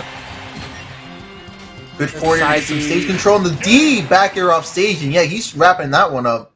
Say curtains for that first game. If you go that low, you gotta expect Mega Man to go, or Mr. Game Watch to go down and hit you. I'm gonna be right back. Yeah. I gotta take care of something real quick. By all means, do so, man. It's just gonna be me and Shaq. By take care of something, I mean I had to use the bathroom. Oh yeah, go for it. I'm a big boy. I can admit it. By all means, man. Give us frequent updates. I was like, let us know how that one go. Hey, in the meantime, it's you and me, chat, getting ready to go into our game number 2, back to PS2. And I gotta say, this pizza was actually not bad. It was cold. It's been there for a while, and I just I was commentating, but it still holds up pretty well. I would say I would give this pizza, for those who are curious, I give it like a 7. It'd probably be better once I heat it up, because there's still more that I gotta eat later. But yeah, pizza aside, got ourselves a game number 2, and it seems like RDNA is already in a little bit of a struggle here against Game Watch's strong up airs being strung together like that. It seems like Game Watch has a little bit more to do against being juggled by Mega Man than Mega Man does, when being juggled by Game & Watch. So, with all that said, he's still playing out the neutral to the best of his ability right now. But Matafu, yeah, he's really just been, for the most part, from what it looks like, just from the gameplay, been taking into account a lot of the stuff that was going wrong with that previous set, and kind of just applying counterplays to that already from the get-go, and it's paying up pretty well. Look at that. Up air followed up by uppy, that's an extension that we didn't really get to see a lot, if at all, of in the previous match. And now the first stock is going to be going to Yamadafu, only withstanding 39% damage. Very healthy first stock, and using that side B to build up his bucket to the fullest. And like you mentioned, you know, in this matchup, the bucket's probably not going to be taking many, if any, stocks at all, but it's definitely going to be doing some good damage output, which is going to help Yamadafu for potentially securing the set a lot quicker if he does end up playing this out to his advantage. There we go. Good pressure with these forwarders as well. Forward tilt's going to be doing some good knockback. And, you know, RDNA's still trying to find his footing in the second game, but still going to be getting his entire second stock taken, only dealing about 54% damage so far. So Yamadafu's looking very healthy in the second game. Very strong second game, I would say. That Nair trying to follow with a forward air, but not able to do so. But instead, able to just regain himself that control that he's just been holding himself very close to this entire set so far. Wait, it's last stock already? Yeah, that's what I was saying. Yamadafu's been laying it down. Yamadafu's been laying it down. Man, oh, that was, dude, that hard knuckle nearly spiked too. That would have been insane. Yeah. There we go. So, dropping the bombs, turning off the lights. It's not impossible for RDNA, but it's very unlikely. I think we're going to be going to a game 3 with Yamadafu 2-0. This might be looking like a game 3 for 2-0 Yamadafu. Yeah. I'm saying, dog. Oh, there's a back air, though. Yeah. RDNA was showing signs of life here. Now, unless he gets like a mega upper that somehow kills that 0. I don't think that's possible, but... I don't think so either, but, you know. Oh, look at that. Interesting interaction there. Yeah, he's going to reflect the up air downward. And, okay. What? Okay, just trying to... Yamadafu playing a little bit of a longer game now. Right. And that's the problem with Yamadafu. Whenever they're in a lead like this, they tend to just go for not kill options. Yeah. They try to just be like, you're going to jump into my bomb at some point. You're gonna do it. And then it just doesn't happen. Yeah, like a forward tilt like that. We need a little bit more of that going on. Right. Ooh, that would have been strong. Oh, that actually might have taken into a last stock right there. That would have, yeah, absolutely. That one wouldn't have, though. There's a dash attack. He has burnt a jump, so he was able to use their up B. Oh, drag down, grab, there, back throw, not going to kill. Almost getting a down smash, not going to be able to just yet. And look at that, pressuring the forwarder to lower the shield just so that he has enough space to land another forward air. Yes, they got the drag down too. With both hits of the next forward air that come out. So good stuff. And yeah, we're just take a look at it real quick again. So he's gonna jump here, drop the bomb, boom, boom, boom. 3 hits, 2 of which were on shield, 1 of which was just not. And that's gonna win them the game. We're going to a game number 3. Game number 3 is coming in, and it looks like Yamadafu is putting himself, I mean, very much so on the map for this set. It looks like he's gotten himself a very adequate positioning, and I mean, I think it might help they ran the same stage like twice in a row. Probably help him to like familiarize himself a little bit more with where he needs to be. And again, I just mentioned this previously, like Yamadafu definitely gets a lot of mileage out of like knowing the stage. He gets like a lot out of that. Oh yeah, I feel like. No, 100%. Couldn't agree more. I don't even know where RDNA would counterpick though. Like, I don't know what would benefit Mega Man, but not Game & Watch, because they have very similar kind of like archetype styles, which is interesting. And I think that might be the reason why we're heading straight back to PS2. Is just like, you know, this is probably just as neutral as it gets. I don't think there could be possible that there really is just like no stage that puts him at a major advantage. It's a weird dynamic to say the very least. Right. But hey, we're on PS2, true neutral, no surprise there. It's been this way the whole set. I am kind of interested to see if RDNA can actually bring back what we were seeing from them earlier, because they were playing phenomenally earlier. Obviously, they won the first set these guys played against each other, but it seems like Yamadafu is just kind of edging him out constantly, and it seems like there's very little RDNA can do. And there's RDNA showing his hand a little bit early, throwing out the 9 when RDNA was just not in range. Yeah, there's no way that Yamadafu falls apart unless RDNA changes up something big. Yeah. For show. So, I don't know. Like, in terms of kill power, I give it to Yamadafu every time. Just you know, I don't know if RDNA has that many options. Now, again, back air at the ledge is really strong, but you know, it's such a risk because it's a multi-hit. It's not just, you know, free damage. If you hit one hit of it and not the other ones, it's rough. So you gotta just pick and choose, I guess, your spots better. Right, pick and choose your battles. Oh, look at that. Good evasion on that forward smash, but yeah, it seems like RDNA is hard committing to these F smashes a little bit too much, but hey, right as I say that, he lands himself a solid hit. No stocks taken though just yet by either party. Yes.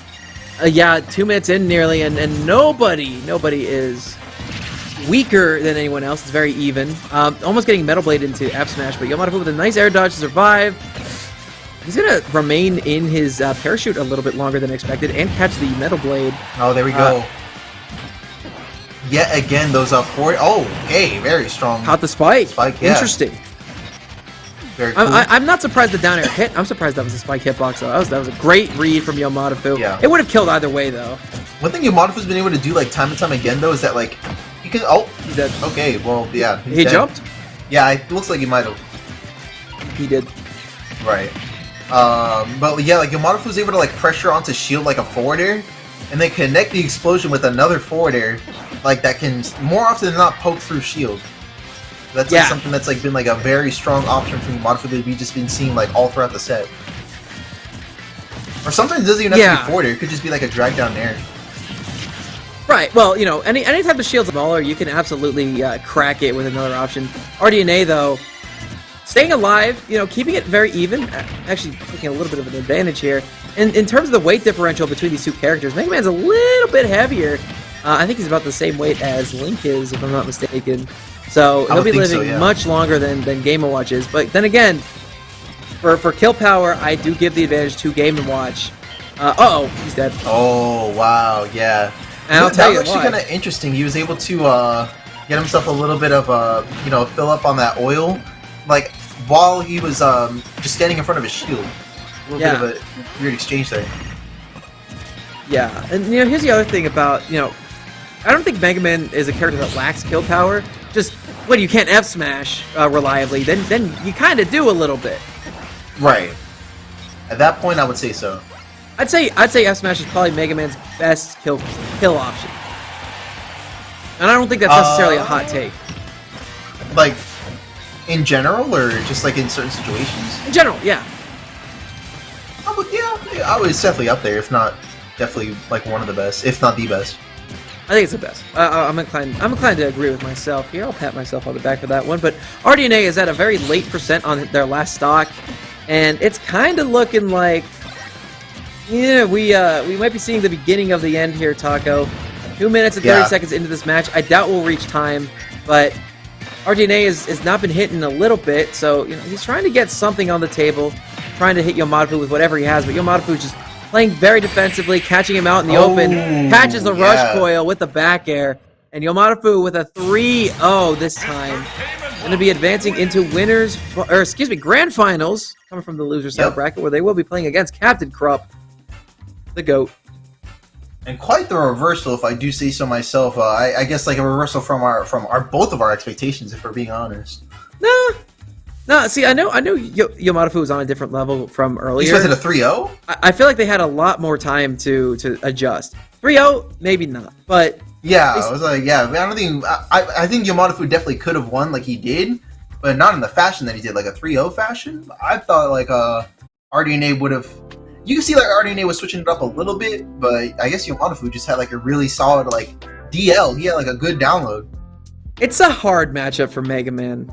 Yeah, that's probably why our stream was lagging. That's probably why our stream was lagging. It was taking up all the download speed. Couldn't get ourselves some nice footage. But you know, that's how it is sometimes. So he's using up all the internet waves. There's one thing I want to say about this matchup coming up. And what would that be? How's Krupp gonna get his down airs?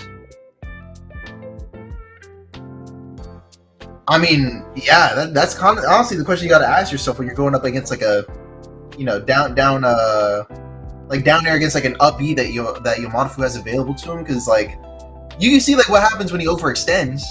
You know, he's gonna just up E or down air, And those are like really strong options that he can do to just really just cancel out a lot of the strings that a character would normally have available to them. So maybe Krupp knows how to work his character to an extent that he can just identify when he's overextending ahead of time and just like get out of there.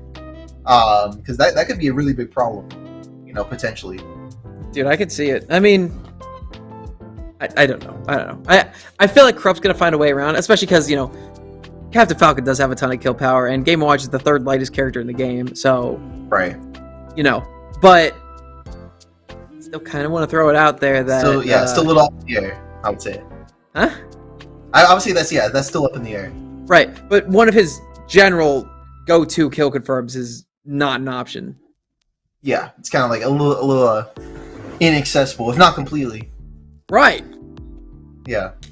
So, hey man, we're getting into this thing soon, I suppose. I think so. Yeah, they're coming up here in just a second. Is Krupp pulling a Frost? That son of a bitch. No way. I know like Frost. He says like he plays better like when he's hydrated. I think. But that's not what the Frost is. But yeah, like he goes. They to the could bathroom be related. As a result. Like he goes to the bathroom like as a result of like drinking a lot of water. That's what it is. Which I'm like, I get that though. I get that. I probably couldn't like play like if my throat was dry. That's why I have like, I come to like every local, or honestly just everywhere. I come with this, so I'm like I remain hydrated at all times. That's not a water bottle. That's a lethal weapon. Yeah, that's a whole weapon. But yeah, hopefully you guys in chat are making sure to do the same. I mean, I know as a streamer, I have like the whole thing where you can like redeem to have me like stretch or hydrate or whatever. But you know what? I don't have that, so hopefully you guys are just doing that on your own. I'm not your dad. I don't have to tell you what to do. Hopefully you guys are just keeping yourselves in check, and then we're all cool that way. Hopefully you are too, Laird. Looking out for you too. I'm running low. I will tell you that much. I just have a single remaining jewel here. Oh, that'll get us through finals though, so you'll be fine. Yeah, that'll get us through finals. And something tells me we're gonna be picking up the pace on this finals as well. Oh no, it didn't make it through finals. What? No, Laird! Somebody give him some water! In the background. That hit my head. That did? No way. Yeah, I was trying to throw it over my shoulder, but... Yamada pulled the Frost! That piece of shit. Hang on, I'll be right back. Hey, pull the Frost? Yeah, go get him. Go get him. Get us the Ethernet while you're at it, too. There you go. I just realized that if I beat him up, Grand Finals won't start. Ah, true. We can't have Grand Finals if he's unconscious. I will play in his stead, and I will win. Honestly, my Game Watch kind of goes crazy too. We could tag in. We could tag each other in. I'm playing Samus. I don't know. You're playing Samus? No, you got to do it the Yomadafu fashion. If I'm gonna beat him up, I'm not gonna play his way. Yeah, you know what? Let's get that perfectly clear. As a Game & Watch, I'm a little bit of a what is it, an entrepreneur, man. I'm out here repping the yellow Game & Watch skin. I don't see nobody using that one. I'm just saying. Yomadafu's probably using it right now, so... You're right. You might be right. Changing the Game Watch alts. Based off of his mood, you know? No! Yomadafu... Oh, yeah, what's up, Kari? And then we got Monty in the chat as well. Yeah, we're about to get started here. We're getting started here in just a little bit. Yomadafu's actually in the bathroom. Monte and I go way back. I've seen Monte all over the place. That's right. Yeah, I was a fan of Monte before he was well established. Yeah, I was there in the dark days of quarantine when he was grinding out peak Smash tournaments peak tournament Smash events every summer Friday night. Mm. So I was there. I saw the growth, and he's a good player now. What is it, the prequel Monty? The Monty origin story? No, it's more like the training arc.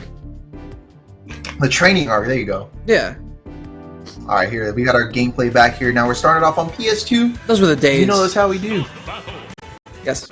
So, hey, Yomadafu has relieved himself, and the stream hasn't, but that's okay. Captain Falcon. Yeah, for Krupp, the stream is, Game & Watch presumably for Yomadafu. No surprises there. Here we go. And showtime. It's Grand Finals of Tap Smash number 7 here in Glendale, Arizona. And Tap Jump. Yeah, Tap Jump. It's Smash, whatever. Smash Brothers tournament.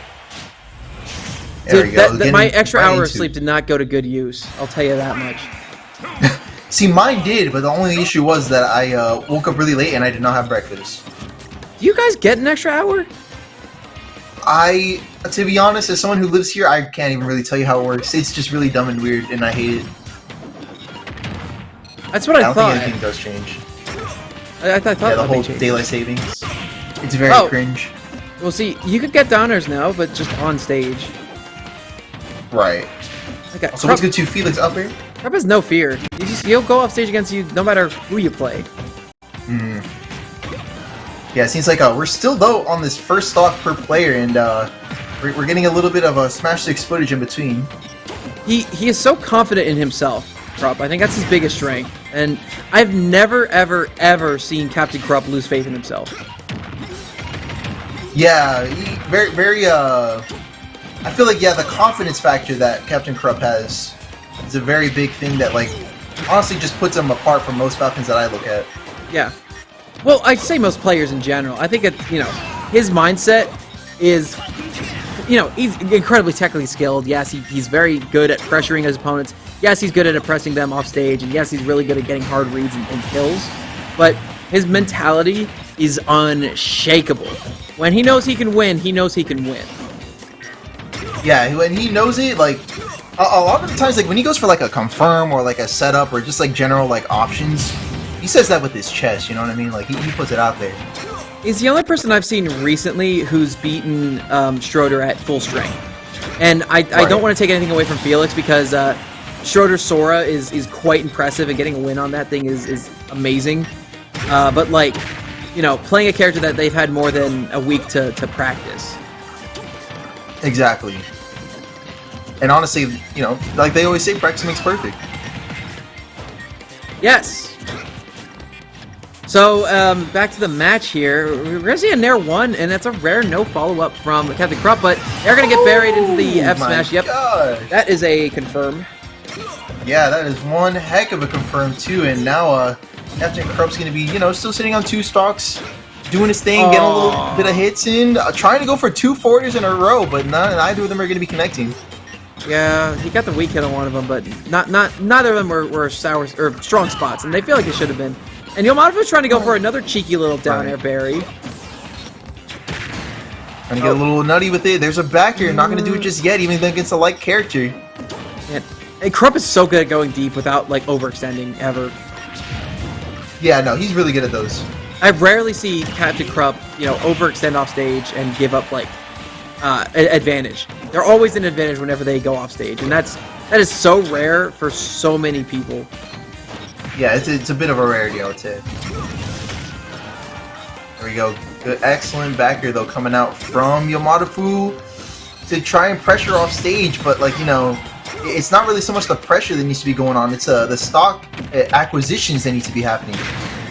No, honestly, Krupp realized what he needed to do. He just take his time. Yomadafu. Yeah. He'll try to approach, but he'll find his opening eventually, and that's game 1 going into Krupp's favor. Game 2 is coming up in just a second. It's gonna be Yomadafu's counter pick. I'm expecting a Smashville pick. I'm gonna be completely honest with you here. If not, I guess I don't think Town, but I think Smashville's probably gonna be maybe Town. Yeah, but I think you mentioned this earlier, and I just wanted to point out that I think the only really major issue that Yomadafu has is that he can land himself a really solid game plan when it comes to taking the lead or just maintaining a pace. But the only thing is that when it comes time to take a stock, that's when the pace should be changing into stock taking mode. You know what I mean? Time to take some stocks, close out some games. And I feel like Yomadafu at certain instances just kind of ends up just doing the same thing that he has been from the very start of said game or whatever. And it can kind of slow him down, whether he realizes that or not, in terms of his ability to just close that kind of stuff out. So maybe we'll be seeing that develop throughout the set, but it seems like that's one thing. Even despite Yomadafu having him made it as far as he has, you know, that could be one thing that's holding him back a little bit. I don't know. I mean, again, I don't feel like that's the real issue. The problem is that, like, a character with as much mobility as Captain Falcon and somebody who's as smart and cerebral as Captain Krupp was just not giving an opportunity for Yomadafu. I think they played that about as well as they could have, considering the options that they have on the table. You know, because Game & Watch does have kill confirms, but they need a very specific situation in order to land them. Right, exactly. So I mean, yeah, I guess that is something that potentially just does come with the matchup, you know, depending on who you're up against. Because Captain Falcon, like you mentioned, does have a lot of mobility, so maybe just like getting yourself in that position just gets like increasingly harder. And Captain Krupp is just like the kind of person where, like, you know, he can go off on the beat, he can go a little goofy with it, but he's mostly calculated. I mean, look, we just saw that right there. Solid down smash. Take the first stock for our game number 2 here, and you know, was able to creep his way right up to where he needed to be in order to close that out in a strong fashion. He just hit 3 back airs in a row and made it look true. But Yomadafu's going to catch him going high with the side B, and yeah, that's not a really good recovery route. I think Captain Krupp was just trying to hit Yomadafu, but Yomadafu had a disjointed hitbox in his face. And Yomadafu's been relatively even with Captain Krupp this entire match. Right. Oh, wait a minute. There we go. Solid catch there from Yomadafu, able to catch him out of that approach option that he was going for. And look at that! Up smash is actually going to be outranging Yomadafu's charge on that down smash, and he's going to be a little bit in a tough position right now. Down a stock, and that stock is an early percent that he has to make up for as well. Yeah, but then again, he's got him off stage again, and already he's at 53%. He just spawned, and now he's almost going to be lapped in just a second by Captain Krupp. And Captain Krupp's got kill power for days. There's the down B. It will not kill. Good percent, though. Maybe a little bit more rage or any more percent would have done it. Krupp's going super low to try to hit that, but there, yeah, he's going to kick that one in the corner. And that's a goal, I'd say. Yup, that's a goal for me. Agreed on that one. I mean, Captain Krupp, well, he knows how to really, like, run someone's...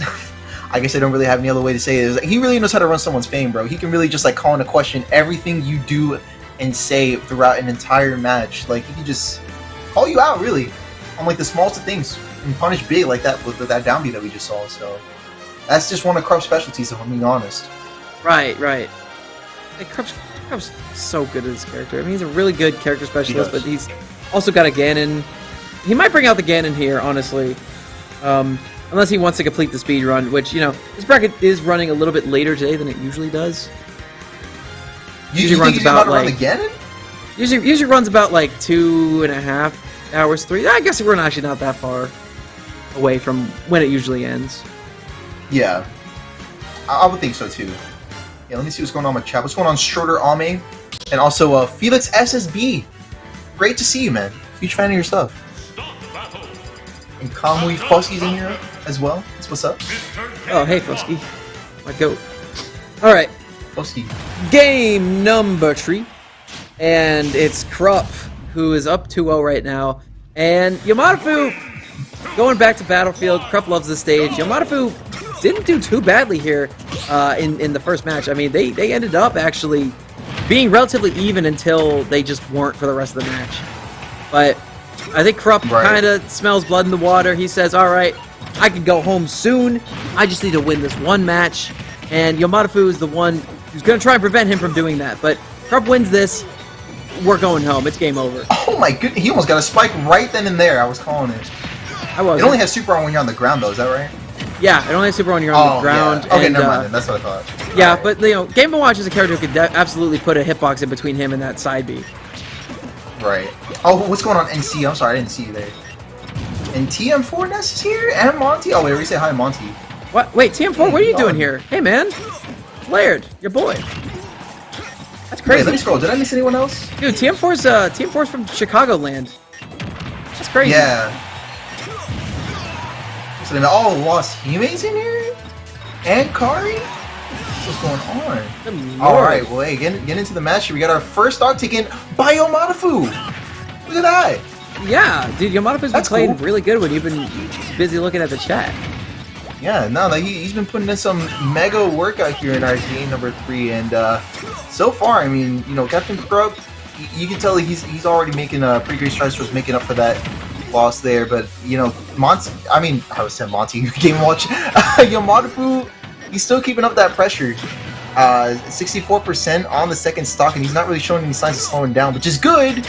But again, it's that shift to when it's time to take that stock where we're going to really see Yamadafu potentially shine through. And there we go, Captain Krupp stopping right through the stage. Doing the classic, the Krupp down air, you know, right at the ledge there, which is something I thought we weren't going to see too much of in this match, but I think they recognized how much lower Yamadafu was than earlier. So they were able to catch the downer on that up B at the latter end of it when it didn't have much of a hitbox anymore. But they do get the berry into the stock. Yamadafu looking to take this game 3.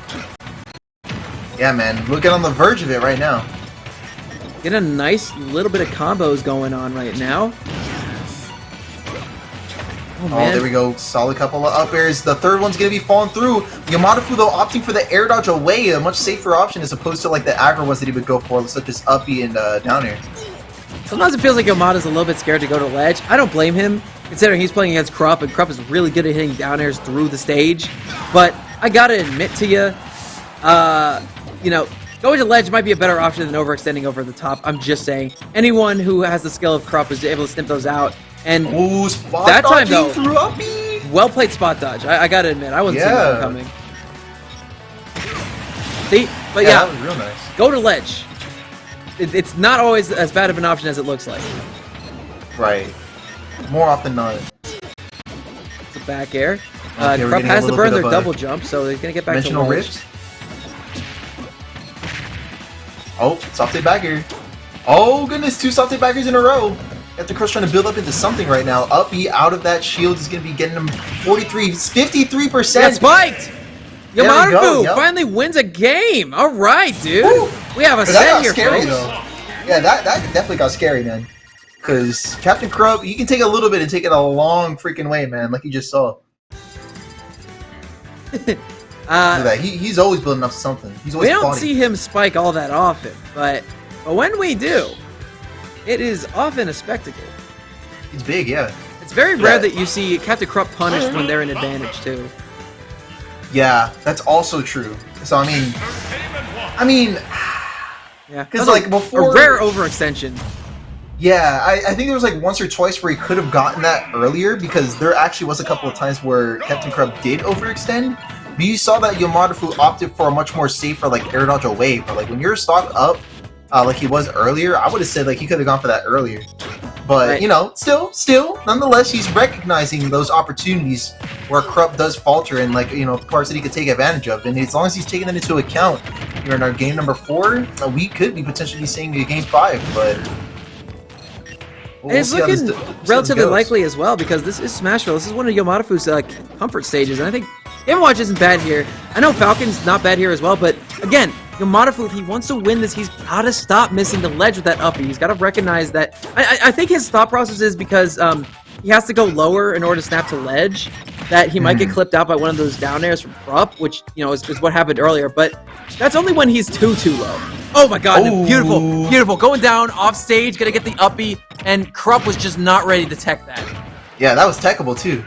It was, but I mean, I don't think he expected to get hit by it. Is the thing. I didn't either. Yeah, I was like, yeah, I'm only seeing that in retrospect. No, I'm not saying like I was about to react.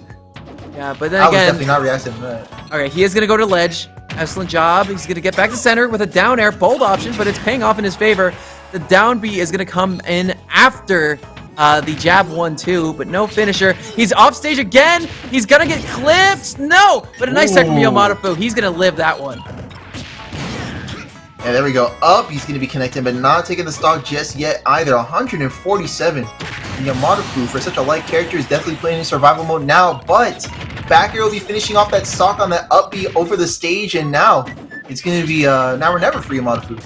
Yeah. Oh, and he missed the berry too, but he is going to get the get-up attack with the jab, push him into the corner, going to get the nair, going to wait for Krupp to see what the landing option is going to be. He's going to go to ledge, and he's going to barely whiff that down smash. He had the read off of the roll, but he was just a couple frames early. We go almost landing an up smash, but he didn't overextend as far as he thought he would. Down air, he bring it over to the top of the stage, but not out of the blast zone just yet. Just barely, but Krupp is reeling right now. He's getting a lot of his end lag caught off of these jumps. It is an even game. Last stock here. Yomadafu Perfectly is even. looking primed to reset the bracket if they keep up this pressure. Yeah, it just has to keep up that pressure though. That's like the most important part. And also, like I also mentioned, he's got to be able to keep up the pressure to that higher percent and then be able to shift gears to actually close out that stock, because Captain Krupp at any moment in time could completely turn around this stock from where it could be. Yep. He's gonna get the dash attack in, and oh no, he's gonna get knee. He didn't get stomp knee though. He didn't get stomp knee. He just got stomped. But he's still in the corner. It's a little bit even though, considering the weight differential though. He's nearly at kill percent right now. Got a nice couple whiffs. Oh my god, Krupp is just so good at advantage there. He whiffed the dash attack. He got his jab 1-2 shielded. Okay. Oh, dude! Good tech. I'm telling you, Yomadafu's got to just... I think he might just need to opt for ledge trapping as opposed to edge guarding sometimes, because he's going a little bit too down deep, and he's getting caught by these these Falcon dives. Wait a minute. Okay, that was a very scary position on that platform. Up smash is super potent on that position. Right. Is Krupp gonna go for a down air? No, he will not. He's gonna opt for ledge traps. He's gonna walk back and forth. Gonna catch him with a forward tilt. Yomadafu gonna use his drift to get back to the ledge. He's gonna roll behind. He's gonna get that down tilt mid. Back air. He's off stage again. He's gonna get nared. Oh no! The last hit of upside down is gonna be connecting. And he's there we gonna go, dash attack. attack. That's the tournament, baby. Cap jump number 7 is gonna be going to Captain Krupp, our first seed, but Yomadafu, only person today other than I believe RDNA to take a game off of Krupp. So good stuff there. Damn, so a whopping 3 games taken off of Krupp, man. That's actually not too bad. Yeah. Hey man, you love to see it. You love to see it. But yeah, no, I like to see it as well. That was very fun to watch through and through to the end. And you know what? Even like the parts where like the bracket kind of slowed down a little bit with like like RDNA and Yamada going to game 5 and all that. But but if you just get to like watch like that development take place, that's kind of what that grand final is all built up to, if you're asking me. Oh yeah, so, I couldn't agree more. But congratulations to Krupp winning these things as usual. No surprise there. First seed, been on an absolute tirade lately, just winning everything he goes to. Assuming Stroder or Ame's not there, but I got no words. Krupp's gonna be a mainstay here for quite a while, I think. And he's still very young, got a very promising career ahead of him, and he keeps proving that week after week. But ladies and gentlemen, thank you so much for tuning in to SAK Gaming's production of Tap Jump number 7, and we're gonna be here next week, same time, at 1:30 Arizona Standard Time, as well as a couple of our other events during the week. Of course, we have Pure Smash on Wednesday nights, but I do. And Taco, you also do Pilot Program on Monday nights, if I'm not mistaken as well. Actually, yeah, about that. I might end up doing a little bit more of the Sunday tournaments. I have a new job where, like, the training schedule worked to where I could have done, like, come home in time for commentary. More often than not, though, like, on the weekends of things, or, like, the weekdays of things, like, I probably am just going to be, like, fill-in. Sunday might end up being, like, my go-to, though. So, I don't know. We'll see how things go with that. But, yeah. No, I mean, we're big chilling, really fun tournament, and definitely looking forward to next week. Yes, but and as well as we got Pure Smash on Wednesdays and these new events that we're hosting on Fridays, which I forget what they're called. I think they're Firefox Fridays is what they're called. Firefox Fridays, okay. So that's hella cool. So tune into those. Yeah. Run a clean production here at SAK Gaming. We're gonna hammer out some of the latency issues as well as the sputtering. You might have noticed. As far as I know, it was literally just a lack of an Ethernet. So yeah, it was lack of Ethernet. So yeah, this is why you kids at home with your Nintendo Online. This is what happens when you don't have your Ethernet, you, bro. Oh yeah, your little kitties. I would show you my whole thing if I could right now, but yeah, gotta get yourself a LAN. No exceptions. Gotta get it. But if you guys want to keep up with me, my name is Laird. You can follow me on Twitter at LairdUSA. There's an underscore at the end of it as well. But I got some pretty exciting news coming in the next week or two. I got like 2 enormous announcements that I can hopefully talk to you guys about. One of them is a project that I've been working on for the better part of 3 months, and the fruits of my labor are finally about to come to fruition. I can't wait to just let it ride. And the other one might be getting sponsored soon, might not be. We'll see. I can't talk too much about it, but that'll be fun. Yeah. And then Taco, I heard you're planning your streaming comeback soon. What's going on there? Yes, currently on hiatus. I'm planning on coming back here soon. My birthday is this weekend, so if you guys want to follow me on my Twitch, there's my name in chat. I'm going to be celebrating that. My birthday's on Wednesday, but I'm probably not going to be free until Saturday, so I'm going to be likely just doing a little fun stream then. We'll just hang out, we'll have a good time, and yeah, hopefully I'll be able to make my full comeback soon. Currently getting stuff together to really get down on that stuff that I want to do before making a comeback. So yeah, if you want to keep up with me, there's my Twitch. My Twitter's right down here as well. And yeah, that's it for me. All right. Well, thank you all for tuning in on spending the better part of your Sunday evening with us. Catch you guys tomorrow for the pilot program. And I will see you Wednesday for Pure Smash. So make sure you tune in if you like what I do here. And without anything further ado, have a great night, folks. Take care. I'll see you next time. Have a good one.